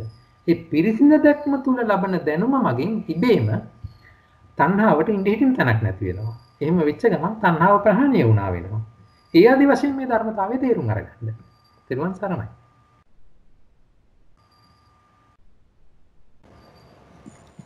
තෙරුවන් සරණයි මංගල මහත්තයා, මේ පැහැදිලි කිරීමට මම තව පොඩි පැත්තකට යොමු කරන්න කියලා අදහසක් ආවා. මේ රෝහිතස්ස නම් දිව්‍ය පුත්‍රයාට බුදුරජාණන් වහන්සේ කියනවනේ මේ තමාගේ මේ බඹයක් වූ ශරීරය තුලම මේ ලෝකයත්, ලෝක සමුදයත්, ලෝක නිරෝධයත්, ලෝක නිරෝධ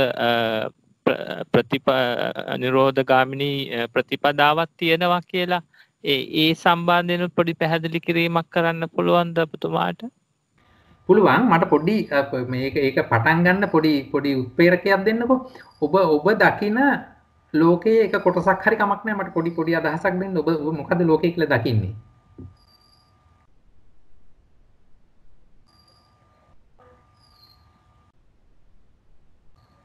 එතනල රෝහිතස්ස දිව්‍ය පුත්‍රයාට නම් ලෝකය කියලා කියන්නේ යාගේ ශරීරය සම්බන්ධයෙන් තමයි ශරීරය දකිලා ලකින්න ඒක. මට රෝහිතස්සත් එපා, සූත්‍රත් එපා. මම අහන්නේ ඔයාට දැන් තේරෙන විදිහට ඔයා ලෝකය කියලා කියන්නේ මොකද්ද? දැන් ලෝකේ කියන්නේ දැන් අපි සත්වයක් පුද්ගලයෙක් නැති නාම රූප ධර්ම විදියට අපි ධාතු වශයෙන් ගත්තොත් ධාතු 18නේ. දැන් අපි නාම ධාතුව ගත්තොත් ධාතු 7මාරකුත්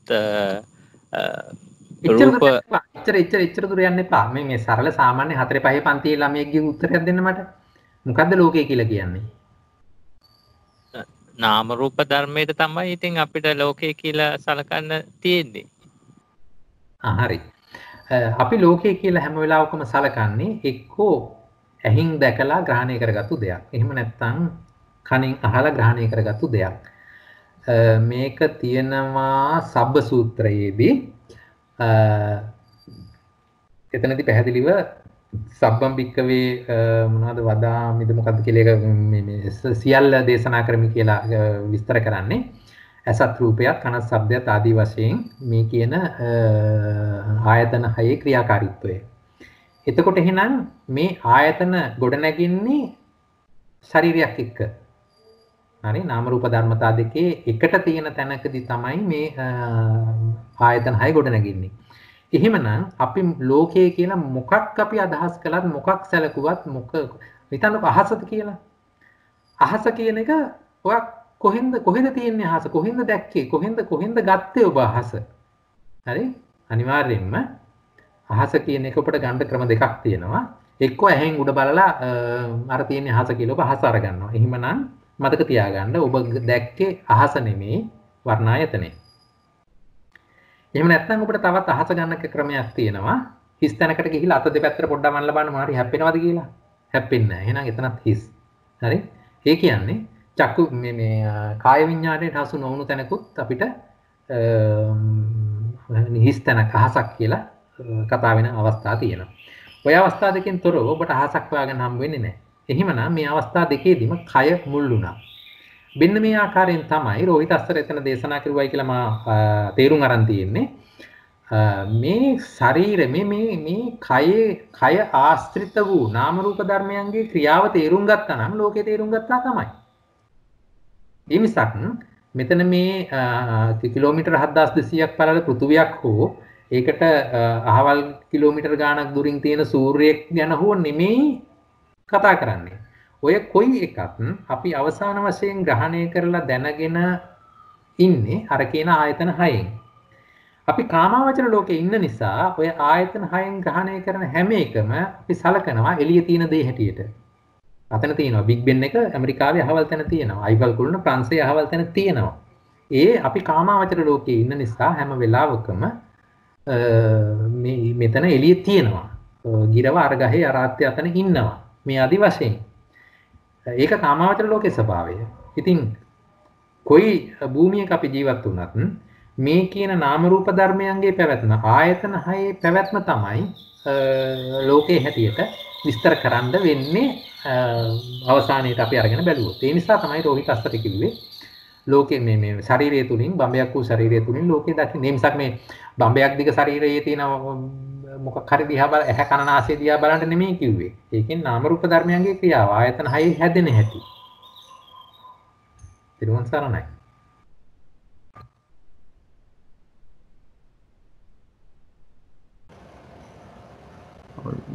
මංගල මහත්මයා පුළුවන් පොඩ්ඩක් පැහැදිලි කරලා දෙන්න. ඇයි එතකොට මේ මාර්ග සිත්වල තියෙන මාර්ගාංග විතරයි මාර්ග සත්‍ය කියලා ගන්නෙ? ඵල සිත්වල තියෙන මාර්ගාංග මාර්ග සත්‍ය කියලා ගන්නෙ නැත්තේ ඇයි කියන එක පොඩ්ඩක්. මම එතෙන්ට එන්න කලින් මම මෙහෙම අහන්නම්.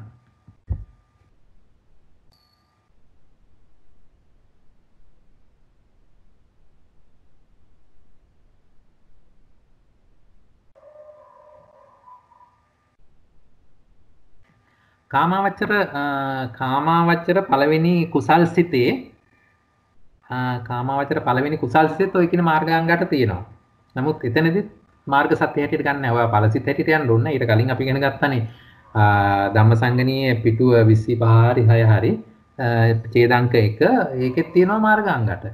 අපි ඒක ගත්තෙත් නැහැ මේ මාර්ග අවස්ථාව හැටියට. අපි තාම මෙතන චිත්තුපාද මෙතන නෑ චිත්තුපාද කාණ්ඩ කරලා නැහැ මම හිතන්නේ සමහර අය. හරි. මේ කියන මාර්ගාංගට සම්මාදිට්ඨි සම්මා සංකප්ප ආදී වශයෙන් අපි කියන මාර්ගාංග 8 බොහෝ කුසල සිත්වල තියෙනවා. හරි? සමහර සිත්වල අටම මේ නොදෙන්න පුළුවන්. නමුත් යම් කිසි ප්‍රමාණයක් තියෙනවා. අඩුම ගානේ 5ක් හරි තියෙනවා.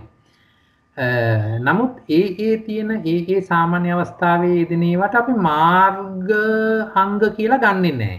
ඒ කියන්නේ මාර්ග කෘත්‍ය සිද්ධ වෙන මාර්ගාංග කියලා අරගන්නේ නැහැ. හේතුව තමයි එතනින් ඇත්තටම මාර්ග කෘත්‍ය සිදු නොවීම. මාර්ග කෘත්‍ය කියන්නේ කෙලෙස් කැඩීම. කෙලෙස් කැඩීම කියන කෘත්‍ය සිදු නොවීම නිසා ඒවා මාර්ග සිත් නෙවෙයි. දැන් උදාහරණයක් හැටියට තාත්තා ගෙදර ඉන්නවා. නමුත් ඔෆිස් එකට ගියාම එයා තාත්තා නෙමෙයි, එයා එක්ක මැනේජර් එහෙම නැත්නම් අතුගාන එක එක්කෙනා කවුරු හරි ඒ ආදි වශයෙන් එයාගේ කෘත්‍ය අනුව එයාව ඩිෆයින් වෙනවා. එතකොට එතනදී අපි ඒ කෘත්‍යයට අනුව එයාව හඳුන්වනවා මිසක් දැන් මැනේජර් තාත්තා ගෙදර ආවට පස්සේ එයා මැනේජර් තාත්තා නෙමෙයිනේ. එයා තාත්තා. හරි? ඒ අනුව මේ මැනේජර්කම රඳාපවතින්නේ මේ අදාළ කෘත්‍යයට සුදුසු ස්ථානයේදී පමණයි. අනිත් තැනකදී ඒක එහෙම වෙන්න බෑ. වෙන්නේ නැහැ. හරි? ඒ නිසා තමයි මාර්ග කෘත්‍ය සිදු වෙන්නේ මාර්ගසිතකින්. හරිද? ඒ සඳහා ඒක ඉබේ ඇති වෙන්නක් නෙමෙයි, හේතු ප්‍රත්‍යයෙන් ඇති වෙන තැන. හේතු ප්‍රත්‍යයෙන් ඇති වෙන්න නම් හේතු සම්පාදනය වෙලා තියෙන්න ඕනේ පිළිවෙලින්. ටිකෙන් ටික තෝකතෝකම් කන්නේ අනුභවයෙන් මේ දාවි මේ ආදී වශයෙන් ඒක වෙලා තියෙන්න ඕනේ. එහෙම වෙලා ඒට සුදුසු ප්‍රත්‍ය ගැලපීම මත අර කියන මාර්ග කෘත්‍ය සිදු කරමින් කෙලෙස් ප්‍රහාණයක් යම්කිසි මට්ටමකට වෙනවා නම් අන්නේ වෙන අවස්ථාවේ විතරයි අපි සලකන්නේ මාර්ගසිත සහ මාර්ගාංග කියලා. ඒ අනුව ඵලසිත අරගත්තොත් ඵලසිතවලදී මාර්ග කෘත්‍ය සිදු වෙන්නේ නැහැ. හේතුව මුළු සසරේ යම්කිසි සත්වයේගේ මුළු සසරගත ජීවිත කාල පරිච්ඡේදය අරන් බැලුවොත් ඒ කාල පරිච්ඡේදයේ ඔය කියන මාර්ග සතර ඇති වෙන්න පුළුවන්, සෝවාන් මාර්ගය ඇති වෙන්න පුළුවන් එකම එක අවස්ථාවක විතරයි. දෙතුන් වතාවක සෝවාන් වෙන්නේ නැහැ. සකුදාගාමී වෙන්නේ එකම එක වතාවක් විතරයි. තුන් හතර වතාවක් වෙන්නේ නැහැ. මේ ආදී වශයෙන් මාර්ග කෘත්‍ය කැඩුවා නම් කැඩුවා එච්චරයි. ආය ආපහු කඩපු කෙලෙස් ආයෙ වෙන්න විදියක් නැහැනේ. සමුච්ඡේද ප්‍රහාණයක් නෙවෙන්නේ. එහෙනම් සමුච්ඡේද ප්‍රහාණය වුණා නම් නැවතෙන්න විදියක් නැහැ. ඒ අනුව මාර්ගසිතක් ඒ කියන්නේ එකම මාර්ගසිත අවස්ථා දෙකකදී දෙන්න හැකියාවක් නැහැ. ඒවා ඒ නිසා දැන් මාර්ගසිතෙන් සියලුම යම්කිසි හෝ සියලු හෝ අකුසල සමුච්ඡේද ප්‍රහාණය වුණා නම් ඵලසිතවලදී නැවත සමුච්ඡේද ප්‍රහාණයක් කරන්න දෙයක් ඉතුරු වෙලා නැහැනේ. ඒ නිසා තමයි ඵලසිත මාර්ග කෘත්‍ය නැවත සිදු කරන්නේ නැත්තේ. මාර්ග කෘත්‍ය සිදු කරන්නේ නැති නිසා ඒවා මාර්ගාංග හැටියට ගණන් ගන්නෙත් නැහැ. ඒකයි පිළිතුර. ඒක අපි මෙහෙම මාර්ගාංග කියලා තිබුණත් මාර්ග සත්‍ය හැටියට නැහැ කියලා හිතාගත්තොත් හරියද? එහෙම. දැන් සාමාන්‍ය චිත්තවලේ මාර්ගයේ අංග කියලාම අපිට ඒ සඳහන් කරලා තියෙනවා. අපි මාර්ග සත්‍ය කියන එක මාර්ගසිතේ විතරක් කියලා තියෙනවා. ඒතකොට අද මාර්ග සත්‍ය ගන්නවා නම් මේ සෝවාන් සකදාගාමි අනාගාමි කියන මාර්ගසිත හතරේ විතරයි සත්‍ය ගැන කතාවක් තියෙන්නේ. එතකොට අර මාර්ග කෘත්‍ය කියන එකේ අර මාර්ග සත්‍යයට අදාළ වෙන එකද අපි එහෙම එතකොට හිතා ගන්න තියෙන්නේ එහෙම බලන්න. එතනදී ඉතින් මෙහෙමයි. ඕක මේ ප්‍රායෝගික යෙදීමක් මිසක් උතන මහා අමුතු මොනවා හරි රොකට් සයන්ස් එකක් නෑ මන් දන්න තරමට. දැන් මෙහෙම සරල උදාහරණයක් ගන්නකෝ. අර ඔකට පොතේ දීලා තිබුණා කොහේ හරි මං කියෙව්වා කෝරළේ මහත්තයා රිටයර් වුණාට පස්සෙත් එයා කෝරළේ මහත්තයා තමයි. දැන් ගමේ මිනිස්සු කොහොමද කතා කරන්නේ? ආ කෝරළේ මහත්තයෝ.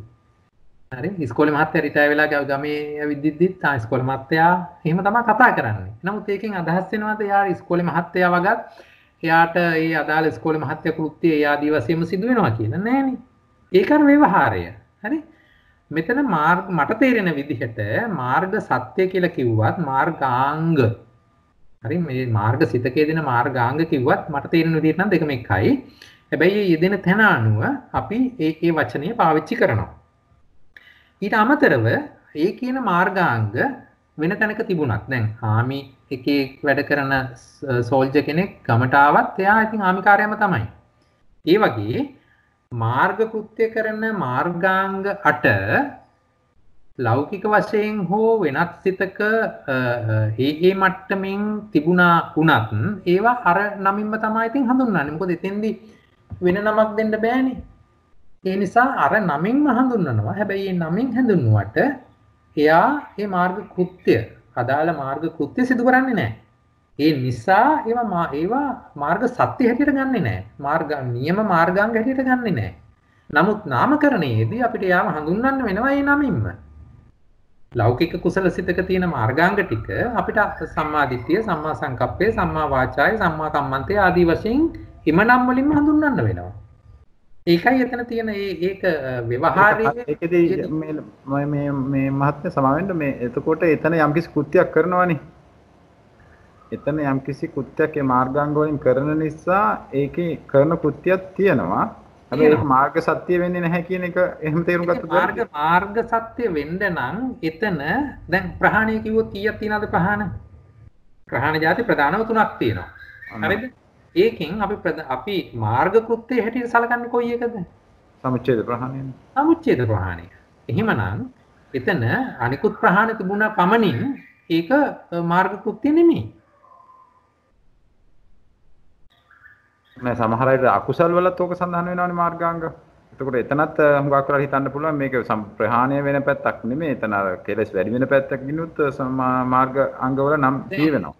එතනදී මාර්ග කියන එකේ මේ ඩෙෆිනිෂන් එක මොකක්ද අර්ථකථනය අරන් බලන්න. හරි? එතකොට මාර්ග කියන එකේ අර්ථකථනය අනුව යම්කිසි ඉලක්කයකට යොමු කරන මට හරියට මතක නැහැ ඒක වචන ලැයිස්තුව දල වශයෙන් මගේ අදහසෙන් කිව්වොත් යම්කිසි තැනකට යොමු කරන යම්කිසි ක්‍රියාවකට ඉලක්ක කරන ආකාරයක් ක්‍රමයක් දෙයක් තියෙනවා නම් ඒක තමයි මාර්ගය වෙන්නේ. දැන් අපි ගාල්ලට යනවා නම් මෙන්න මාර්ගය. හරි? එතකොට ඒකේ අවසාන ඉලක්කය ගාල්ල. ඒක අපි දෙන්නේ යවෙනවා ඒ පාරේ ඇවිද්දොත් ගියොත්. ඒ විදිහට මාර්ගය කියලා කියන්නේ යම්කිසි ඉලක්කයක් අරමුණු වී තිබෙන ධර්මතාවයක්. එහෙමනම් ඒක හොඳට වෙන්න පුළුවන් නරකට වෙන්න පුළුවන්. හොඳට වුණොත් සම්මා පැත්තට වෙනවා නරකට වුණොත් මිච්ඡා පැත්තට වෙනවා. හරි? මාර්ගාංග ඔක්කොම 12ක් තියෙනවා. හරිද? ඔව් 8යි 12යි. හරි? එතකොට මේ 12න් සම්මා පැත්තට එන්නේ 8යි. ඉතුරු 4 යන්නේ මිච්ඡා පැත්තට. දැන් බැංකුවක් කඩන කෙනෙක්. හරි? එහෙම නැත්නම් අපි අරගම්මු පූසෙක් මයිනෙකුට කුරුමානමක් අල්ලනවා. හරි? දැන් එතන නැද්ද ඔය කියන මිච්ඡා මාර්ගාංග? අනිවාර්යෙන් තියෙනවා. හරි? හොඳ ඒකාග්‍රතාවයක් තියෙනවා. හොඳ සිහියක් පවත්වාගෙන ඉන්නවා. ආදි වශයෙන් එතන තව ධර්මතාවත් එක්ක එතන යම්කිසි ඒ මාර්ගාංග ක්‍රියාත්මක වෙනවා. නමුත් ඒකෙන් මේකෙන් කෙලෙස් සමුච්ඡේද ප්‍රහාණයක් වෙනවා නෙමෙයි වෙන්නේ කෙලෙස් තව වැඩෙනවා. හරි?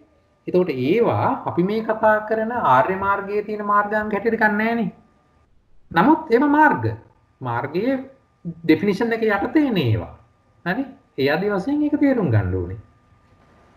ඔව් මම හිතන්නේ දැන් පැහැදිලි වෙන්න ඇති මොකක්ද මාර්ග ආර්ය අෂ්ටාංග මාර්ග කියන්නේ මොකක්ද කියන එක යම්කිසි අවබෝධයක් එන්න ඇති කියලා හිතන. තෙරුවන් සරණයි. තෙරුවන් සරණයි. මංගල් මහත්තයාට මේ අර බ්‍රූනෝ ආපු වගේ ප්‍රශ්නයක් තමයි මම අහන්න ඉන්නේ මේ දැන් විරති වශයෙන්ුත් මාර්ගාංග පහළ වෙනවානේ. ඒතකොට කාමාවචර මහ කුසලටෙත් විරති පහළ වෙනවා. ලෝකෝත්තර මාර්ග සිත්වලයි ඵල සිත්වලත් පහළ වෙනවා. දැන් කාමාවචර මහ කුසල් සිත්වල පහළ වෙනකොට සම්පත්ත විරති සමාදාන විරති වශයෙන් පහළ වෙනවා. එතකොට ලෝකෝත්තර මාර්ග සිත්වල සමුච්ඡේද විරති වගේ විදිහට පහළ වෙනවා. එතකොට දැන් මට තියෙන ප්‍රශ්නේ තමයි මේ ඵල සිත්වල කොහොමද සම්පත්ත විරතිද සමාදාන විරතිද සමුච්ඡේද විරතිද කියලා ගැටලුවක් තියෙනවා. ඵල සිත්වල පහළ වෙන මේ විරති තුන. ඒක පොඩ්ඩක් පැහැදිලි කරන්න පුළුවන්ද? තෙරුවන් සරණයි.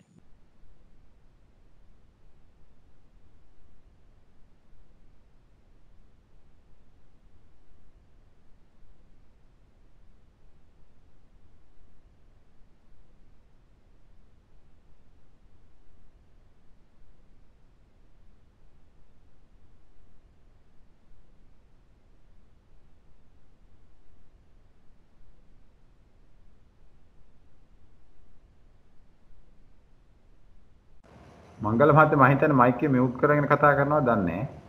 පැහැදිලිවම ඔව්. පොඩ්ඩක් සතිය වෙනස් වුණා.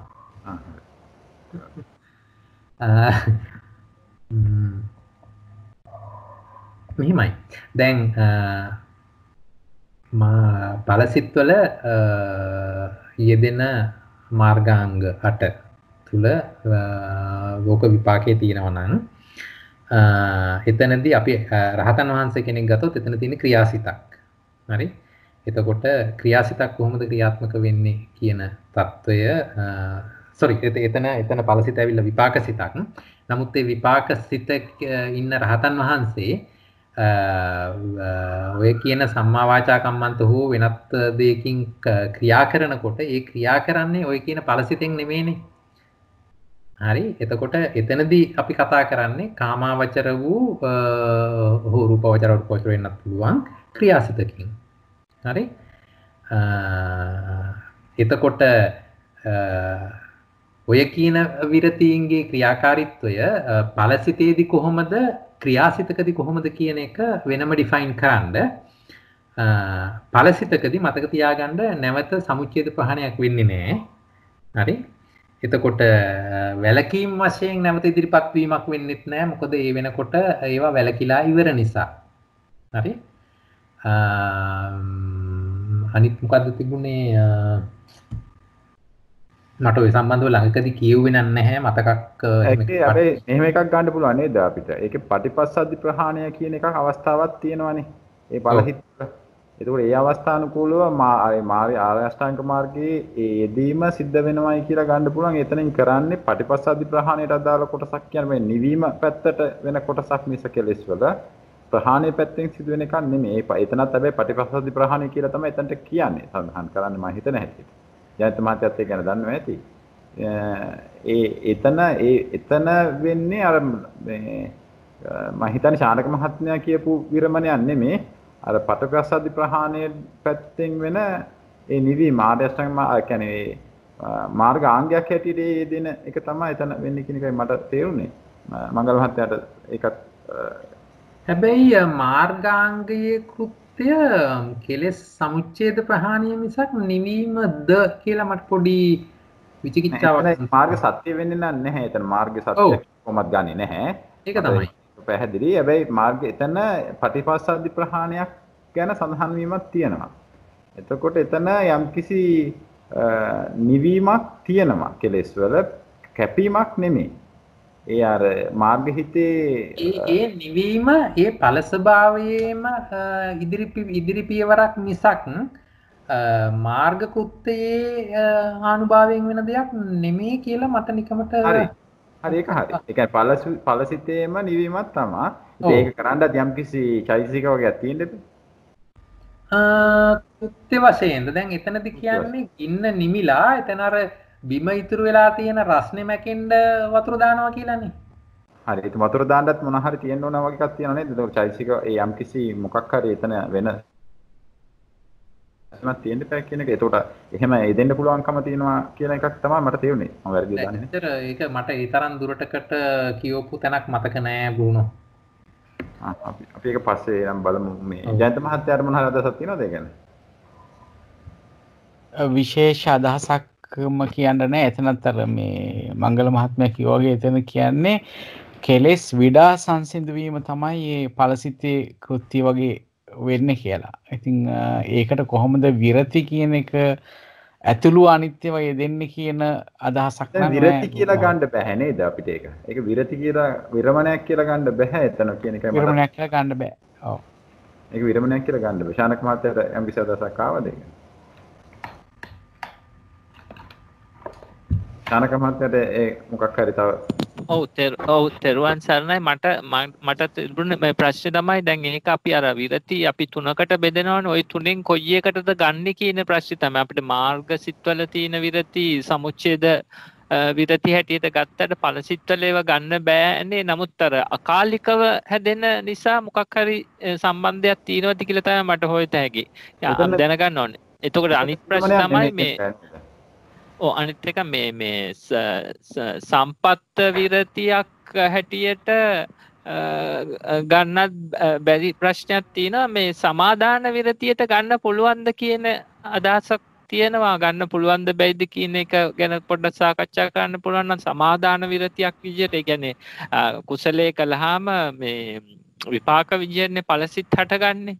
එතකොට ඒක යම්කිසි මේ සීලයක හිටපු කෙනෙක්නේ මේ මාර්ගසිත ඵලසිත වලට එන්නේ. ඒකයි මං බැලුවේ මොකකට හරි දැන් ඒ තුනෙන් එකකට වැටෙන්න පුළුවන්කම තියනවාද කියලා. තෙරුවන් සරණයි. අපි ඒක පොඩ්ඩක් ඉදිරියේදී බලමු. අපි සාකච්ඡා කරලා බලමු. මගේ මට තේරුම් ගන්න තිබ්බේ නම් ඒ අවස්ථා දෙකේම මාර්ගසිතේ අවස්ථාවේ ඵලහිත අවස්ථාවේ විරමණ අවස්ථාවක් නෙමෙයි. විරති මට්ටමක් නෙමෙයි. ඒක පොඩ්ඩක් තව අපි බලමු මේ සාකච්ඡාව ඉස්සරහට. වෙන කාට හරි වෙන හරි ගැටලුවක් තියෙනවද මේ දැන් අද කරපු පාඩම් සම්බන්ධව? අපි නම් මේ මම හිතන්නේ සෑහෙන සාකච්ඡා කරා මේ මාර්ගාංග ගැන. දැන් අපි ත්‍රිකයට ගියොත් හීන ත්‍රිකය සම්බන්ධව ගැටලු මොන හරි තියෙනවද ඔයගලන්ට?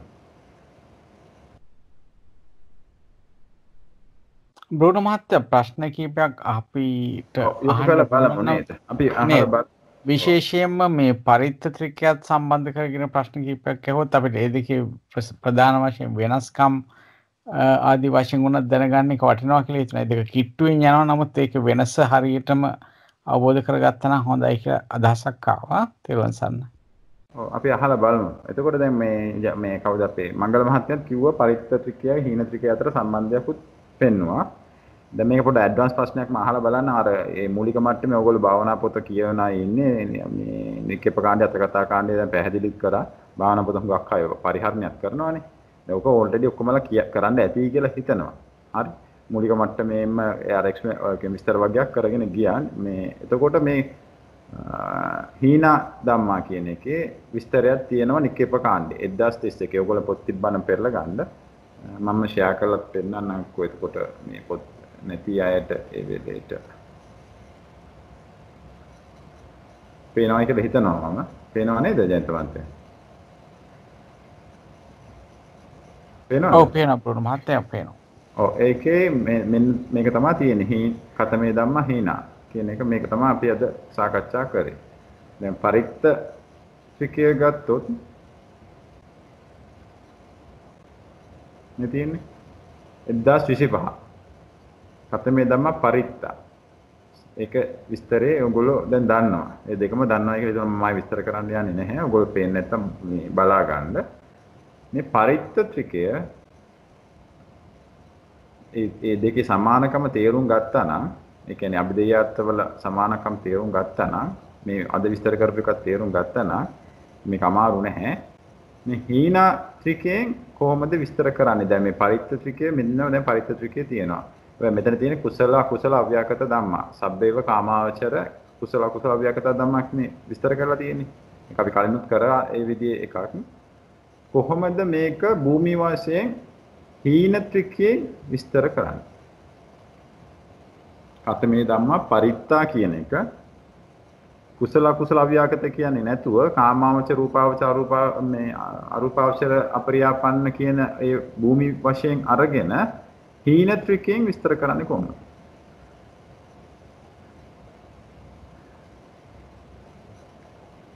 ප්‍රශ්නේ පොඩ්ඩක් ලියාගත්තත් කමක් නැහැ. ලියාගෙන පොඩ්ඩක් කල්පනා කරලා කියන්න. එතකොට අර ඔක්කොම තේරුම් ගත්තා හා සමානයි.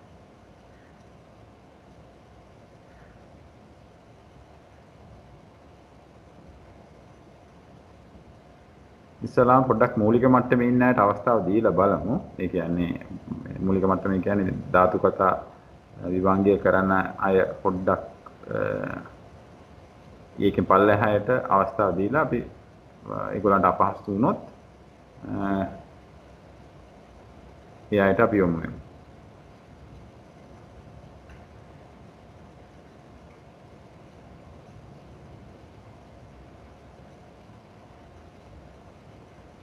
බ්‍රෝන මහත්මයාගේ ප්‍රශ්නය තවදුරටත් ඇහුවොත් බ්‍රෝන මහත්මයා මේ ඒක ටිකක් තවදුරටත් පැහැදිලි කරගන්න. මේ පරිත්‍ත ත්‍රිකයේ පරිත්‍ත ධර්මා කියන කොටස කොයි විදිහටද හීන ත්‍රිකයේ ඇතුළට යන්නේ කියන එක නේද අහන්නේ? හීන ත්‍රිකයෙන් කොහොමද විස්තර කරන්නේ මේක? දැන් මේ කුසල ත්‍රිකයනේ මේ විස්තර කරලා තියෙන්නේ. කුසල ධම්මා, අකුසල ධම්මා, අව්‍යාකත ධම්මා කියන එකනේ. කුසල අකුසල අව්‍යාකත කියන එකනේ මේ විස්තර කරලා තියෙන්නේ මේ ඔක්කොම. ඔව්. මේක කොහොමද මේ කුසල අකුසල අව්‍යාකත කියන වචනේ පාවිච්චි කරන්නේ නැතුව භූමි ටික පාවිච්චි කරන්න පුළුවන්. කාමාවචර, රූපාවචර, අරූපාවචර, අප්‍රියපන්න කියන භූමි ටික පාවිච්චි කරලා කොහොමද හීන ත්‍රිකය දාලා මේක විස්තර කරන්නේ? හරි. මේ විස්තරේ කොහොමද හීන ත්‍රිකයේ තියෙන වචන වලින් විස්තර කරන්න කියලා කියන්නේ නේද? ඔව්. දැන් පැහැදිලි ඇති මම හිතන්නේ.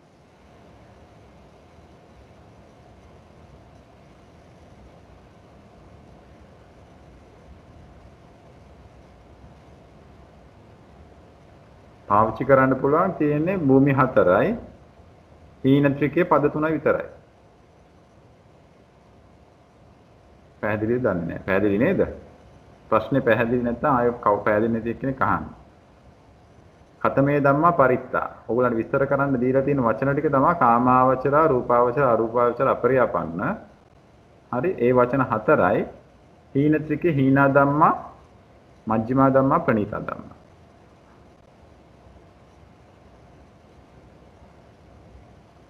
මේ වචන 7න් කොහොමද කතමේ ධම්මා පරිත්තා කියන එක විස්තර කරන්නේ? මංගල මහත්මයා ප්‍රශ්නේ අමාරුද එහෙම?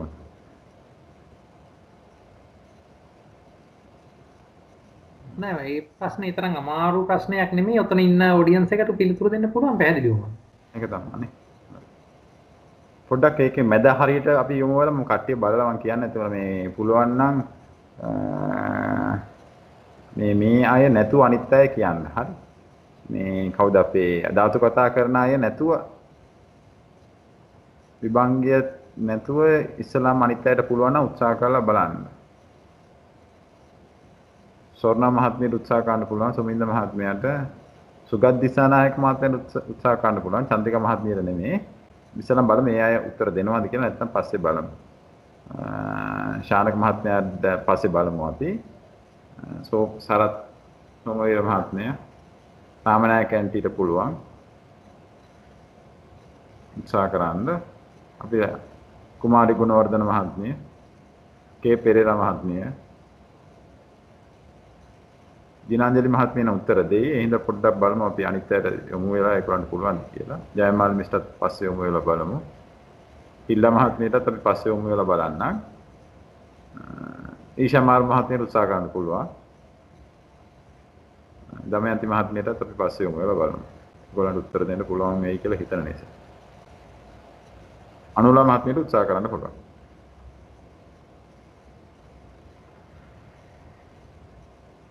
අපේ අර දෙන්නටත් පුළුවන්. සතරසිංහ මහත්මියටයි කරුණා මහත්මියට. ඒගොල්ලන් කවු හරි උත්සාහ කරන්න බලමු. ඒ අය කතා කරේ නැත්නම් අනිත් පැත්තට අපි යමු. රෝණ මහත්මයා ස්ක්‍රීන් එක ෂෙයා කරන්න ඔබතුමායි.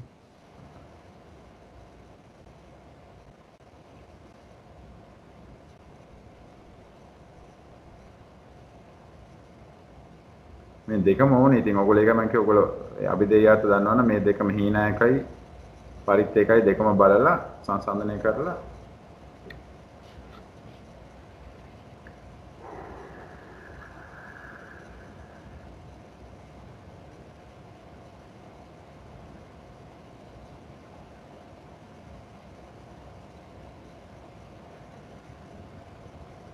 අපි අනිත් පැත්තට යන්නේ නේද? ඒ අයට අමාරුයි වගේ තේමන් නම් කියපු අයට අමාරු නම් දැන් අනිත් අයට පුළුවන්. අනිත් පැත්තේ අපේ ඉන්න ඕනෙක් කෙනෙක් ඉදිරියපත් වෙන්න.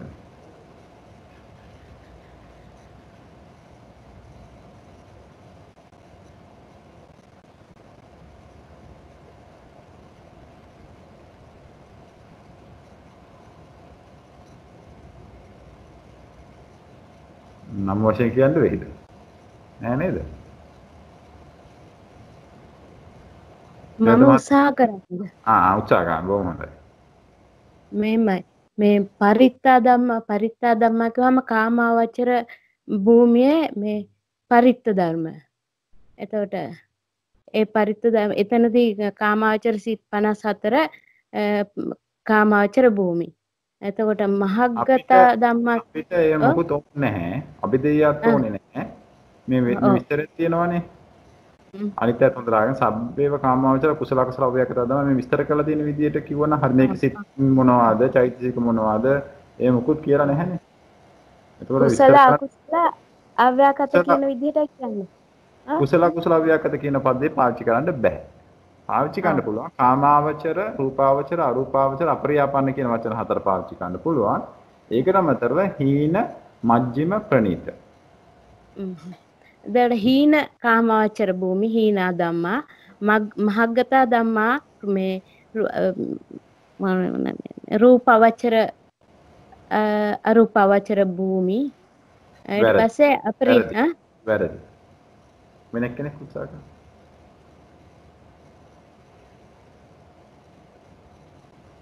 අහන් එන්න අනිත් පැත්ත. මං කියන්නේ අනුලමත්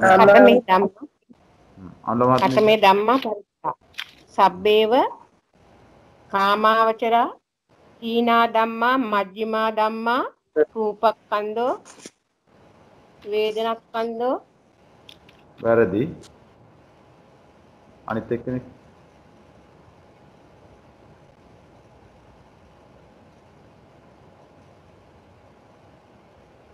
ආයෙ පොඩ්ඩක් කියන්න අනුල මහත්මිය කියපු එක පටන් ගත්ත විදිහ අනිත් පැයට කතමේ ධම්මා පරිත්තා සබ්බේව කාමාවචරා හීනා ධම්මා මජ්ක්‍ධිමා ධම්මා රූපක්ඛන්தோ වේදනක්ඛන්தோ සංඥාක්ඛන්தோ සංකාරක්ඛන්தோ විඥානක්ඛන්தோ ඉමේ ධම්මා පරිත්තා. හරි මම හිතන්නේ හරි. ඒක දෙකට කල්ලා කියන්න පුළුවන් හොඳයි කමන්නේ. දැන් කිසි අනිත් එක උත්සාහ කරන්නකෝ ඒකට අපි.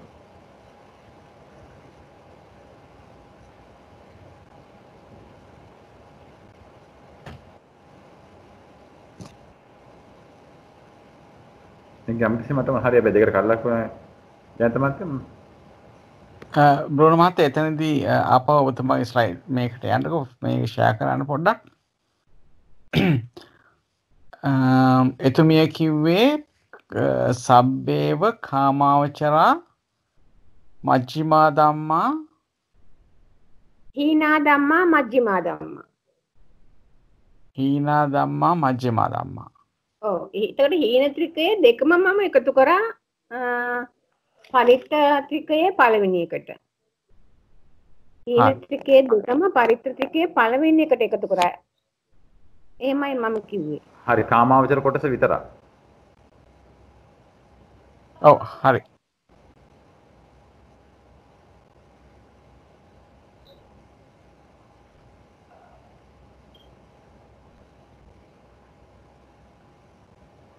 බ්‍රෝන මහත්තයා තව මොකක්ද අහනවද ඒ සම්බන්ධයෙන්? ඒක මහත්මිය පොඩ්ඩක් ආයෙ කියන්නකෝ ඒක අනිත් අයටත් පැහැදිලි වෙන්න දෙන්න. කතමේ ධම්මා පරිත්තා සබ්බේව කාමාවචරා හීනා ධම්මා මජ්ක්‍ධිමා ධම්මා රූපක්ඛන්தோ වේදනක්ඛන්தோ සංඥාක්ඛන්தோ සංකාරක්ඛන්தோ විඥානක්ඛන්தோ ඉමේ ධම්මා පරිත්තා. බ්‍රෝන මහත්තයා ඒකේ පොඩ්ඩක් විස්තර කරලා කියන්න කිව්ව අනිත් අයටත් තේරෙන්න කොහොමද මේ විදිහට ගත්තේ කියලා නේද? දැන් පරිත්‍ර ත්‍රිකයේ තියෙනවනේ කාමාවචර සිත් 54ම. එතකොට හීන ත්‍රිකයේ කාමාවචර සිත් 54ම එන විදිහට හීන ධම්මයි මජ්ක්‍ධිමා ධම්මයි එකතු කරා. කාමාවචර සිත් 54යි රූප 28යි චෛතසික 52යි එනවනේ. ඒක නිසා එතන තියෙන අභිධේයාත ටික සමාන වෙන්න හීන ත්‍රිකයෙන් හීනා ධම්මා මජ්ක්‍ධිමා ධම්මා දෙකම එකතු කළා. ඒ විදිහටයි මම කිව්වේ. ඔව්. එතකොට මෙතනමයි වෙන්න ඕනේ. කාමාවචර කුසලා කියන ටික කොහෙද තියෙන්නේ හීන ත්‍රිකේ? කාමාවචර කුසලා කියන එක හීන ත්‍රිකේ කොහෙකද තියෙන්නේ? හීන ත්‍රිකේ තියෙන්නේ මජ්ක්‍ධිමා ධම්මා එකේ. හරි. එතකොට අකුසලා කියන එක කාමාවචර අකුසලා කියන හීනා ධම්මාවල. අකුසල ධම්මා ටිකයි ඒක ඒක අකුසල ධම්මා ටික විතරනේ තත්සම්ප්‍රයුක්ත චෛතසික 27 ගත්තට එතන සිත් වශයෙන් ගන්න අකුසල 12 විතරයි හීනා ධම්මා වලින් වැටෙන්නේ පරිත්තා ධම්මා වලට. ඉතිරි ටික මේ වැටෙන්නේ මේ මජ්ක්‍ධිමා ධම්මා වලින් තමයි පරිත්ත ටික ඉතිරි ටික වැටෙන්නේ. ඒ කියන්නේ කුසල කියන ටිකත් අව්‍යාකත කියන කොටසක් දැන් මෙතන තියෙන ඒ ටික වැටෙන්නේ කාමාවචර සිත් 54න් කාමාවචර සිත් අකුසල සිත් 12 ගියාම ඉතිරි ටිකම වැටෙන්නේ හීන ත්‍රිකයේ මජ්ක්‍ධිමා ධම්මා වලින්. මජ්ක්‍ධිමා ධම්මා වලත් කාමාවචරේ. මජ්ක්‍ධිමා ධම්මා වල කාමාවචර තෙන් විපාක සිතුත් කාමාවචර විපාක ටික ක්‍රියා සිතුත් මජ්ක්‍ධිමා ධම්මා වල තව ඒවා තියෙනවා. මජ්ක්‍ධිමා ධම්මා වල කාමාවචර කොටස විතරක් නැහැ පැත්තට. කාමාවචර කොටස විතරයි. රූප ටික වැටෙනවා එතෙන්ට. එතකොට එහෙම මේ මජ්ක්‍ධිමා ධම්මා වලට මේ මජ්ක්‍ධිමා ධම්මා වලින් මෙහා පැත්තට එනකොට හිණ ධම්ම. එතකොට ඒක සම්පූර්ණ වෙනවා නේද? ඔව්. ඒක අනිතයට පැහැදිලිද? මංගල මහත්තයා ඒක හරි නේද එහෙම?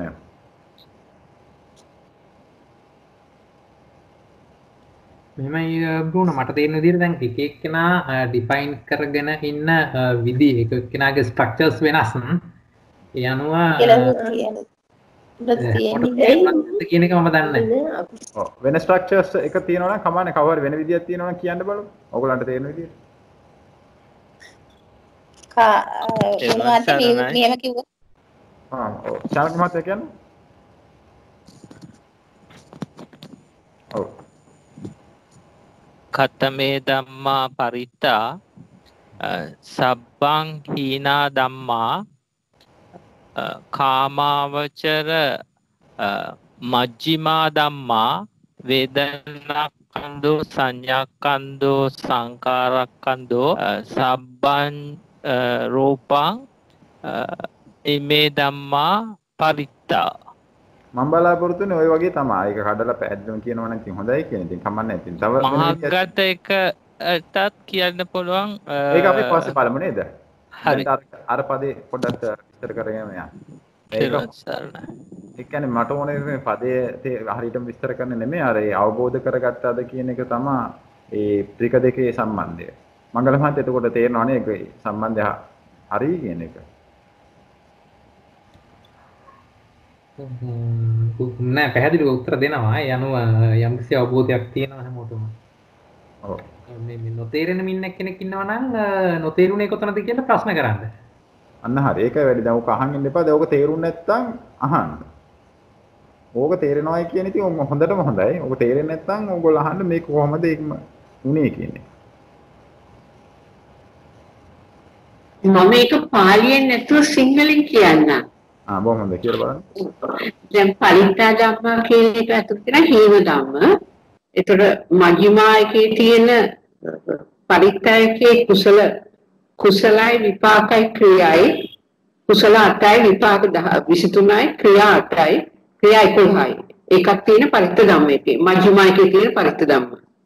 ඒතර මහග්ගතා ධම්මා එකේ තියෙන මජ්ක්‍ධිමා ධම්මා එකේ තියෙන මජ්ක්‍ධිමා එකේ පරිත්ත පටල ගන්න එපා.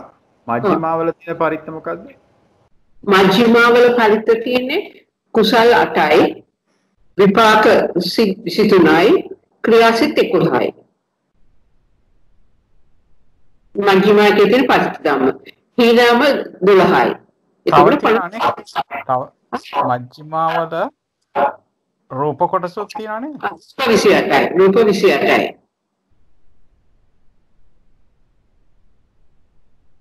ඒතර මහග්ගතා ධම්මා එකේ මජ්ක්‍ධිමා එකේ තියෙන රූපාවචර සිත් 15යි. මහග්ගතයකට යන්න එපා. මහග්ගතයකට යන්න එපා.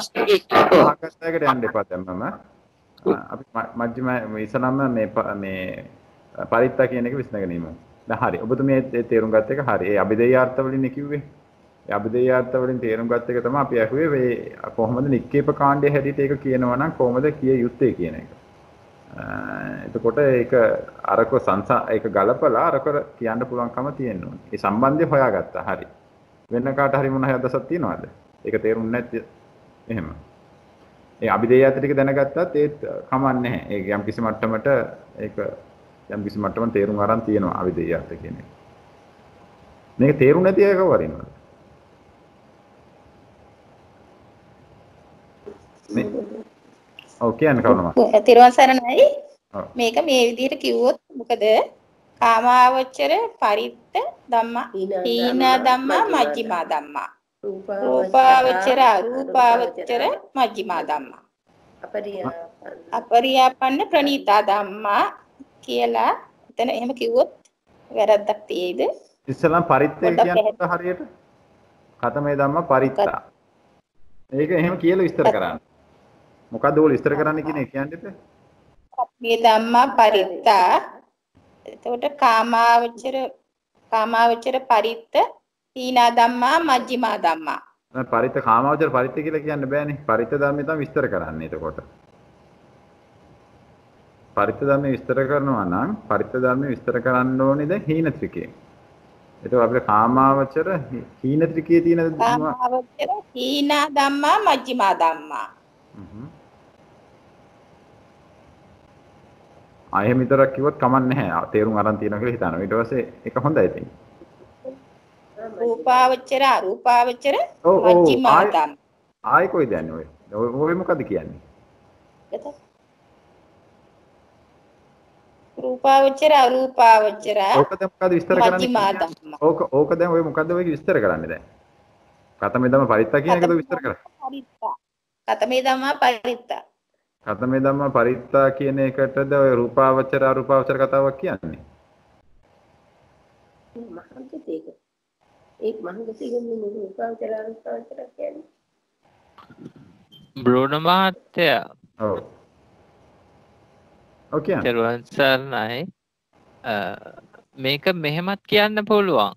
මේ කතමේ ධම්මා පරිත්තා සබ්බං හීනා ධම්මා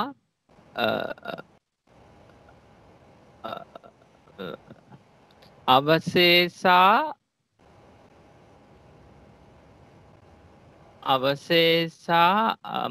කාමාවචරා මජ්ක්‍ධිමා ධම්මා කියලා. අවශේෂ වචනේ පාවිච්චි කරන්න බෑනේ. අවශේෂ කරන්න බෑ. එතකොට අර හීනා 12 අයින් කළා සබ්බං අවශේෂා මජ්ක්‍ධිමා කාමාවචරා ධම්මා කිව්වොත් හරි. එතකොට අතන 12 අඩු වෙලා කාමාවචර ඉතුරු සියලුම ධර්ම කියන එක එනවා නේද? නෑ කාමාවචර මජ්ක්‍ධිමා කියපු ගමන් අරක නැතුවමනේ එන්නේ. අවශේෂ කතාවක් කියන්න අවශ්‍ය වෙන්නේ නෑ. නැත්තම් ආයි රිපීට් වෙනවනේ මේ නෑනේ රිපීට් වෙන්නේ නෑනේ මජ්ක්‍ධිමා රිපීට් වෙන්නේ නෑනේ. හරි. මට වැරදුනා. හරි. මේ ජයන්ත මහත්තයා පොඩ්ඩක් ඒක මේ මංගල මහත්තයාට යොමු වෙලාම අපි ඒක විස්තර කරගමු නේද? මංගල මහත්තයා පොඩ්ඩක් විස්තර කරලා දෙන්න ඒක කොහොමද සම්බන්ධ කියන එක. පොඩ්ඩක් කට්ටියට තේරෙන්නේ නැත්තම්. මෙහෙමයි ඔතන පාලියෙන් යන්න ගියොත් නම් ඔක ගොඩක් දෙනෙක් පටලගනි. ඒ වෙනුවට දැන් ඕගොල්ලෝ ඔක ඉලක්කම් මැතමැටික්ස් දැම්මම නම් මෙලාට ඔක හදලා. මොකද මේ පැත්තටනේ පුරුදු වෙලා ඉන්නේ. ඉතින් අපි අර ඉලක්කම් මැතමැටික්ස් අහුව දික්මොට කියන නිසා තමයි අර පදෙන්ම අහන්නේ. එතකොට මේ අර ටග් ගාලා අර පොතට පුරුදු වෙලානේ තියෙන කට්ටිය. අරකයි මේකයි කියලා ටග් ගාලා අභිදේයාර්ථ කියනවා. ඒක මම දන්නවා. හැබැයි අභිදේයත් කියලා මේක සම්බන්ධ කරන්න පුළුවන් හොඳයි කියලා අදහසින් තමයි යොමු කරේ. අර මහත්මිය සෝම මහත්මිය ටග් ගාලා එක කිව්වා. හැබැයි අර මේ ටික තමයි එන්නේ කියන එක. මේ මම හිතන්නේ ඒක එහෙම මට්ටමින් දැනගත්තත් ඇති. අර මම කියන්නේ මේක අපි උත්සාහ කරන්නේ මේ බොහෝ දුරට මේ ඔය ඉන්න ගුරුවරුන්ගේ මේ පිටෙන් කවදා හරි අපි පෙළපොත ආකාරයෙන් ඉගෙන ගන්නනේ. එතකොට මේ අර එහෙම කරන එක හොඳයි කියලා හිතෙනවා මංගල මහත්තයා. එතකොට යම්කිසි අපිට ගැඹුරින් බලන ක්‍රමයක් එනවනේ කියන්නේ. ඒක හොඳයි කියලා හිතනවා. කොහොමද ඔබතුමාගේ අදහස?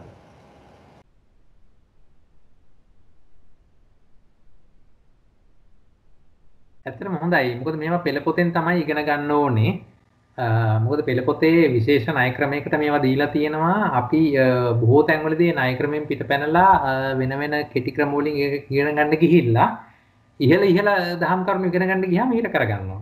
ඉතින් ඒ නිසාවෙන් අර මුල ඉඳලම පෙළ පොතත් එක්ක ඒ පැටර්න් එකටම එනවා නම් එහෙම පුරුදු වෙනවා නම් ඉතා හොඳයි. අන්න ඒකම තමයි මේ මම දන්නේ මම හිත බලලා කිව්වා දන්නේ ඒකම තමයි මේ මංගල මහත්තයා අපි මේ උත්සාහ කරන්නේ. නැත්නම් අර භාවනා පොතටම සීමා වෙලා යා විධර්මාර්ථ සංග්‍රහයටම සීමා වෙලා ඉන්නේ නැතුව මේ පෙළ පොතට ඇවිල්ලා ඒක ගැඹුරෙන් කොහොමද විශ්ලේෂණය කරන්න කියන එක තමයි. මම හිතන්නේ දැන් ඒ කට්ටියට තේරෙයි. ඒතකොට පෙළ කියන්නේ මොකද්ද නැත්නම් උගාක් වෙලා ධම්මසංගණිප්පකරණය කියන්නේ භාවනා අභිධර්මාර්ථ සංග්‍රහය කියලා හිතා ගන්න පුළුවන් නැත්නම් එහෙම එන්න පුළුවන්. අර මේ පැටර්න් එක හොයාගත්තා නම් මම හිතන්නේ ටිකක් මේ අපිත් උත්සාහ කරන්නේ ඒක දැනගන්න තමයි මොකද්ද මේ ධම්මසංගණිපකරණ පැටර්න් එක කියන එක. මම හිතන්නේ උගක් ඒක සාර්ථකයි කියන දෙවෙනි එකත් බලමු නේද? දෙවෙනි පදය. උත්තර දුන්නේ නැති එක්කෙනෙක් පුළුවන් නම් කියලා බලන්න. උත්තර දුන්නේ නැත් මේ උත්තර දුන්නා පොඩ්ඩක් අනිතයට අවස්ථාව දෙන්න. කතමේ ධම්මා මහග්ගතා.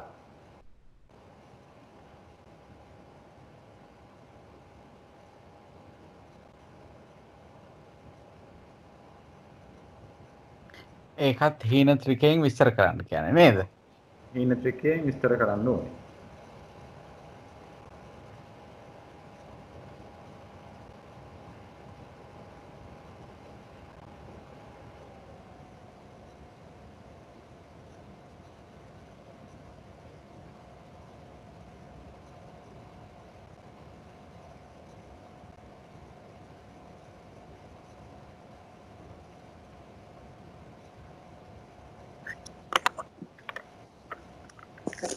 තෙරුවන් සරණයි.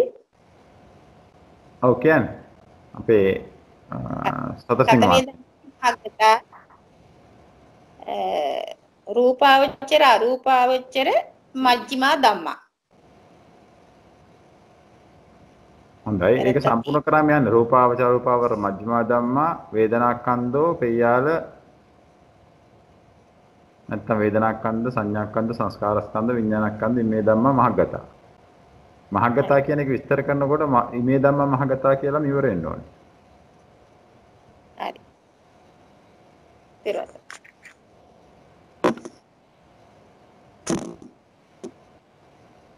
ඒක පැහැදිලිුනේ නැද්ද? කාටද වෙන විදිහට ඒක පැහැදිලි කරන්න පුළුවන් ක්‍රමයක් තියෙනවද තව? මේ මාත්මිකේ රූපාවචර අරූපාවචර මජ්ක්‍ධිමා ධම්මා.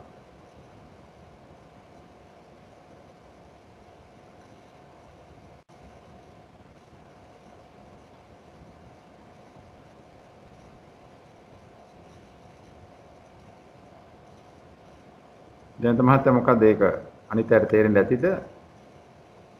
මං හිතනවා කලින් ඒ කණුව එක තේරෙන්න ඇති කියලා. මොකද එතන මජ්ක්‍ධිමා ධම්මා කියලා විශේෂයෙන්ම පරිත්ත ධම්මා මහග්ගතා ධම්මා කියන කොටස කොහෙද තියෙන්නේ කියන එකනේ හොයාගන්න ඕනේ මේ හීන ත්‍රිකේ. එතකොට ඒක තියෙන තැන වැටහුණා නම් මං හිතනවා ඒක අවබෝධයට ආවා කියලා බ්‍රොන් මහත්තයා. ඔව් මම හිතන්නේ මේ මහත්මයා ඒගොල්ලෝ මේ මූලික මට්ටමේ ඉන්න අයම කියන්නේ සාමාන්‍යයෙන් මේ ධාතු කතා කරන අය නෙමෙයි. ඒගොල්ලෝ කිව්වයි කියන අනිතර තේරෙන්න ඇති කියලා හිතනවා. අපි යන ඊළඟ පදයටත් යන්. ඊළඟ අප්‍රමාණ. අප්‍රමාණයක මෙතන තියෙන විදිහට නෙමෙයි. පුළුවන් නම් ඒක නම් ලේසි. ඒක මම හිතන්නේ නැහැ අමාරු වෙයි කියලා. මේ අර පදේ විදිහට තියෙන කියන්නේ කාමා මේ හීනා ධම්මා වල තියෙන විදිහට කියනවනම් කොහොමද කියන්නේ? මේක නේ ඉතින් ඕනෙක් කෙනෙකුට කියන්න පුළුවන්කම තියෙනවා.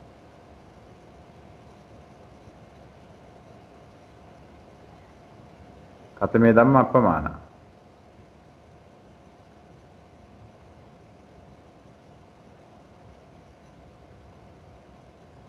මේක එච්චරම අවුද ඒක? අප්‍රමාණ ධම්ම කියන එක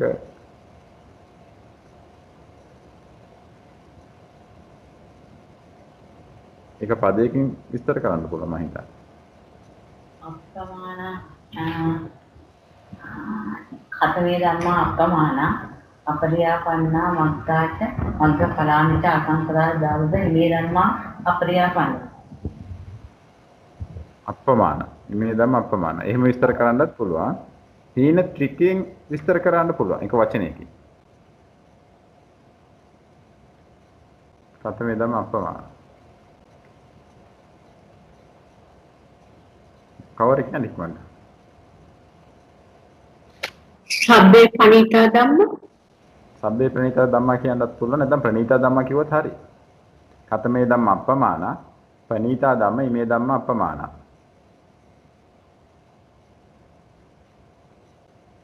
වැරදි නැහැ.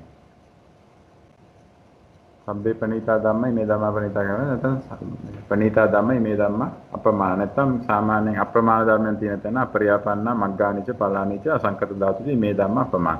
මම හිතන්නේ දැන් එක පැහැදිලි වෙන්න ඇති. එන ජයන්ත මහත්තයා අද වේලාව ගැන හිතලා අපි වෙන ප්‍රශ්න ගැටළු මේ ගැන විතර මොන හරි තේරෙන්නේ නැති ගැටළු තිබ්බොත් අපි සාකච්ඡා කරමු. නැත්නම් මම හිතන්නේ ත්‍රිකේ නම් අවබෝධ වුණාය කියලා හිතනවා කට්ටියට. මංගල මහත්තයා මොනවා හිතන්නේ ඒක යම් කිසි මට්ටමක තේරුම් ගන්න ඇති නේද කට්ටිය? මොකද ප්‍රශ්න ආවේ නැති නිසා තේරුම් ගත්තා කියලා හිතනවා. හැබැයි ඉතින් නැවත ඔකන ගෙදරදී බලලා මොනවා හරි ප්‍රශ්නයක් තිබුණොත් ඊළඟ සතියේ ඉදිරිපත් කරන්න සාකච්ඡා කරමු. ඊළඟ සතියේ ටිකය බලමු. ඔව් මහත්මිය කියන්නේ ප්‍රශ්න. සරණයි. මේ කතමේ ධම්මා අපරියාපන්නා කිව්වහම ප්‍රණීතා ධම්මා අප්පමාන කියලා කියන්න ඕනේද? කතමේ ධම්මා අපරියාපන්නා කියලා එකක් එතන තිබ්බද නෑ? අප්පමාන. කතමේ ධම්මා අප්පමාන. ඔව්. එතකොට ප්‍රණීතා ධම්මා අපරියාපන්නා කියලාද කියන්නේ? ප්‍රණීතා ධම්මා අපරියාපන්නා කියලා කියන්න ඕනේ නැහැ. ප්‍රණීතා ධම්මා කිව්වොත් අර ටික එනවා. අප්‍රයපන්න අර ටිකම එනවා. අර විස්තරෙම එනවා සම්පූර්ණම. එහෙම කිව්වත් කමක් නැහැ. ප්‍රණීත ධම්ම අප්‍රයපන්න ප්‍රණීත ධම්ම කිව්වත් ඉතින් ඒක ගැටලුවක් වෙන්නක නැහැ කියලා හිතනවා. හැබැයි අර ප්‍රණීත ධම්ම කිව්වොත් අරක තියෙනවා. අප්‍රයපන්න කියන එක ප්‍රණීත කොටස ප්‍රණීත ධම්ම කියන එක අප්‍රයපන්න කොටසට විතරක් අදාළයිනේ. එහෙනම් ඒක ආයේ කිව්ව යුතු කිව්වත් නැතත් ඒක ගැටලුවක් නැහැ කියලා හිතනවා මම. එතන මහත්තයා මේ භූමිය ඉස්සරහ මුලට දාලා කියන්න ඕනද? එහෙම තමයි කියන්න ඕනේ සාමාන්‍යයෙන්. නැත්තම් අපි දැන් කියන්නේ රූපාවචර අරූපාවචර කියලානේ අනිත් පැත්තට කියන්නේ. ඒක පාලි කියන සම්බන්ධය තමයි මම මේ ජයන්ත මහත්තයා තමයි කියන්න ඕනේ. මංගල මහත්තයා මේ ජයන්ත මහත්තයා තමයි ඒකට උත්තරයක් දෙන්න ඕනේ. ජයන්ත මහත්තයා භූමිය ඉස්සරහම කියලා පස්සේ ටිකේ කියනවාද කියන එක. ඒක දෙවිදිහටම යෙදෙන තැන් තියෙනවා. ඒක මේ පාලි වල තියෙන වැඩේ තියෙන්නේ කොහේ යෙදුවත් අර්ථය සාමාන්‍යයෙන් මේ හදා ගන්න පුළුවන්. පාලි භාෂාවේ මේ ආඛ්‍යාතයත් මුලට යොදන්න පුළුවන්. ඒ විදිහේ ගොඩක් වෙනස්කම් කරන්න පුළුවන් හින්දා කොයි විදිහට කිව්වත් කමක් නැහැ කියලා හිතන බ්‍රෝන මහත්මයා අදහස දන්නවනම් ඒක ප්‍රශ්නයක් වෙන එකක් නැහැ. එනනම් ඒක ගැටලුවක් නැහැ. වැඩිපුරම හැබැයි එන්නේ අවසානයේට තමයි හුඟක් තැන් වල දාලා තියෙන්නේ මේ භූමි. හරි. අපිට ඕනේ මෙහෙමයි ඔක යම්කිසි අවබෝධයක් අරගෙන දෙන්න විතරයි. පාරේ ලියන විදිය තා පොඩ්ඩක් ඔයගොල්ලෝ පාලිත් ඉගෙන ගත්තන් පස්සේ පොඩ්ඩක් ෂාප් කරගන්න. ඉතින් ධර්ම කරුණු දන්නවා නම් ඊට පස්සේ ලැන්ග්වේජ් ප්‍රශ්නේ තියෙන්නේ. ඒක ඉතින් ඒක විශ්න ගන්න පුළුවන් කියලා හිතනවා. එහෙනම් අපි ජයන්ත මහත්තයා කාල වේලාව ගැන හිතලා අද සාකච්ඡාව නිමා කරමු නේද? හොඳයි අපි ශ්‍රීමති මහත්මියට යොමු වෙලා සාකච්ඡාව නිමා කරමු බ්‍රුණු මහත්තයා. අපි යොමු ශ්‍රීමති මහත්මියට සාකච්ඡාව නිමා කරන්න කියලා. ඔව් ඊට පස්සේ මේ මංගල මහත්තයාට යොමු වෙලා යොමු වෙන්නේ මංගල මහත්මයාට යොමු වෙලා මංගල මහත්තයා මොනවා හරි කියන්න තියෙනවා නම් මේ පින් දෙන්න කලින් ඔබතුමාට මොනවා හරි අදහසක් තියෙනවා.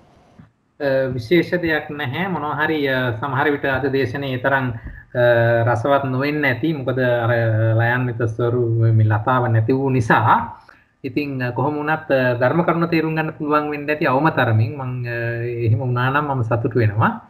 ඉතින් හැකියක්මනින් අපේ තුසිනි මහත්මියට නැවත අපේ සාකච්ඡා සභාවට එන්න අවස්ථාව ලැබේවා කියලා හැකියක්මනින් විභාගයේ සාර්ථකව අවසන් කරાવી කියලා හැමෝම ප්‍රාර්ථනා කරමු බලාපොරොත්තු වෙමු. ස්තුතියි. සාදු. හොඳයි ශ්‍රීමති මහත්මිය ඔබට මීඩියම් වෙන්න. තෙරුවන් සරණයි. අද දිනේ අපහට මහත් කරුණාවෙන් අපගේ ඉල්ලීම ගැන සලකා බලලා මංගල මහත්මයා තුෂිනි මහත්මිය කරගෙන ආපු මේ පන්තිය කරගෙන යන්න අප ධම්සභාවට පැමිණියා.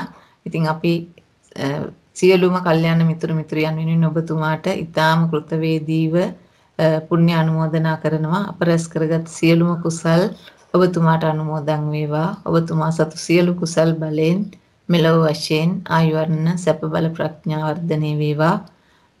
තව තවත් බොහෝ පිරිසකට උදව් කරන්නට අවශ්‍ය ධෛර්ය ශක්තිය වීර්ය නිරෝගී භාවය ඔබතුමාට ලැබේවා. පතන්නා වූ උතුම් බෝධියකින් නිර්වාණ ධාතුව අවබෝධ කරගන්නට සියලු කුසල් හේතු වේවා වාසනාව වේවා. ඔබතුමාගේ පවුලේ සැමටත් ඔබතුමාට ශිල්පදුන් ස්වාමීන් වහන්සේලා ඇතුළු ගුරුතුමන්ටත් මේ ආකාරයෙන්ම සියලු කුසල් අනුමෝදන් වෙත්වා. ඒ සෑම සියලුම දෙනාත් උතුම් නිර්වාණ අවබෝධයට සුව පහසුවෙන්ම පත් වේවා කියලා ප්‍රාර්ථනා කරනවා. ඒ වගේම අපි රැස් කරගත් සියලු කුසල් බලෙන් තුෂිනි මහත්මියටත් ඒ බාහිර දූර කටයුත්ත නිම කළා සාර්ථක ප්‍රතිඵල ලබාගෙන නැවත අප කරා ඉන්න ලැබේවා කියලා ප්‍රාර්ථනා කරනවා. සෑම දිනාටම තෙරුවන් සරණයි. සාදු සාදු තෙරුවන් සරණයි. සියලු දෙනාටම තෙරුවන් සරණයි. තෙරුවන් සරණයි. තෙරුවන් සරණයි.